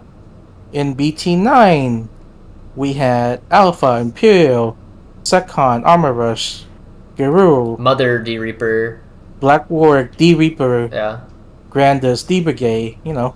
Yeah, it's just like, generally speaking, I think the only time we've had a format or a deck that surpassed the 50% mark was Blue Hybrid. It was Blue Hybrid during BT8, right? BT8? Yeah, very briefly. And that isn't to say like Melga is not a problem at like 25-30%. Like it definitely deserved a ban list and it deserved to be hit. But like it hasn't hit Blue Hybrid levels of impressive yet, which is impressive. And then you look at other card games and they have like a legit tier 0 meta where like 27 up to 32 is one deck. Yeah, like Ishizu tier and whatnot. Also, Izzy asked, "What's the best deck for Nats?" Okay, guys, I actually have, and after this we can end the stream or whatever, I have zero intention whatsoever, and I will be very honest with all of you. I am not putting out any content for BT11 until after Nats. I'm 100% going to be dedicating my time and energy into performing, or into practicing and doing as best as I can for Nats. As you may know, last year I was the commentator for Nats, a commentator for Worlds, and that was cool and everything. But this year I am going to be a player. I am determined to try my best to make Day 2. And to do that, I decided instead of making content and giving any competitive edge whatsoever, I'm going to solely just focus on myself. So I hope you guys can understand my decision in regards to that. And then after Nats, I'll go ahead and make a tier list. So you guys will have to wait a little bit for that, but that's me personally. I know it's a little bit selfish, but I want to give myself every edge I can. So yeah, it is what it is. Yeah. So any last thoughts, James? All right, James died. But yeah. So with all of this being said, go on. Sorry. I was gonna say BT12 is awesome. Please look forward to it. Yeah, BT12 is super fun. That format is actually so fun. I am a Bloomlord Quartz main in BT12. Not gonna lie. Okay, but with all that being said, seriously, Digimon, the direction, the future that we're going towards, guys, I think it is bright. I think it is a very bright future. If you're not enjoying the game right now, that is okay. Go do something else that you have fun with. Go play One Piece. Go play Pokemon. Go play Final Fantasy XIV. I don't care. Just do something that makes you happy. It's a hobby at the end of the day. Yeah, like, just don't get wound up into all this internet drama and all this negativity. Just, I mean, it's a game, have fun. Yeah, like if you're spending your time playing card games and stuff like that, and like all this negativity is affecting you, and just drop it and go do something fun. Exactly, like, it's not a big deal. At the end of the day, it's a hobby. Yeah, exactly, it's a hobby. And so don't let all of these negative, like it's okay to be. It's okay to have like a few negative emotions about the game. Like, it's okay to like, this meta sucks, or like, I don't want to play Digimon right now. Like, that's completely fine. But at the end of the day, this, and I've said it once, I've said it multiple times, this game is a love letter. It is absolutely the best love letter I have ever seen from a company give to its fans. I have never seen a game give this much attention to detail, this much love and compassion to its fans than the Digimon card game. Never in my life. This game is an absolute gift. I love this game. I love it to pieces. I will play it until the very last day it breathes. And I promise you guys that, to my word. This game... Yeah, like, we will never quit this game. No, I really won't. But this game is amazing, you guys. Don't give up on it. Everything will be okay. Look forward to what is to come. Have faith that Bandai will put out a competent ban list. Have faith that BT12 is going to be a banger meta. Have faith that BT13 is going to be the best set in the game because it has the best season of Digimon plus the best archetype ever. Alright? Like, it's just, we can only go up from here, boys. If BT9 is our low point, shit, we can only go up, right? So it will be okay. You guys just have to have faith. If you guys want to discuss this more in depth, feel free to reach out to me. Reach out to the Hoang Zero Discord. I'll leave a link to it right now in the chat so that people can join it if you guys want. But feel free to reach out to me in the Discord. Feel free to send me a direct message directly. I really do not care if you want to talk more about the game. It doesn't matter. Just go ahead. Show me how much you love this game. I love this game to pieces. If you want to talk about this game, I am more than happy. My door is always open to anyone in the community. Whether you're a casual player, competitive player, whether you're a collector, I do not care. I just want to talk about this game. I love this game. Like that's really it. So, all right, on that note, have a good night. Okay, I got cut off. Whoops. Bye guys. Bye.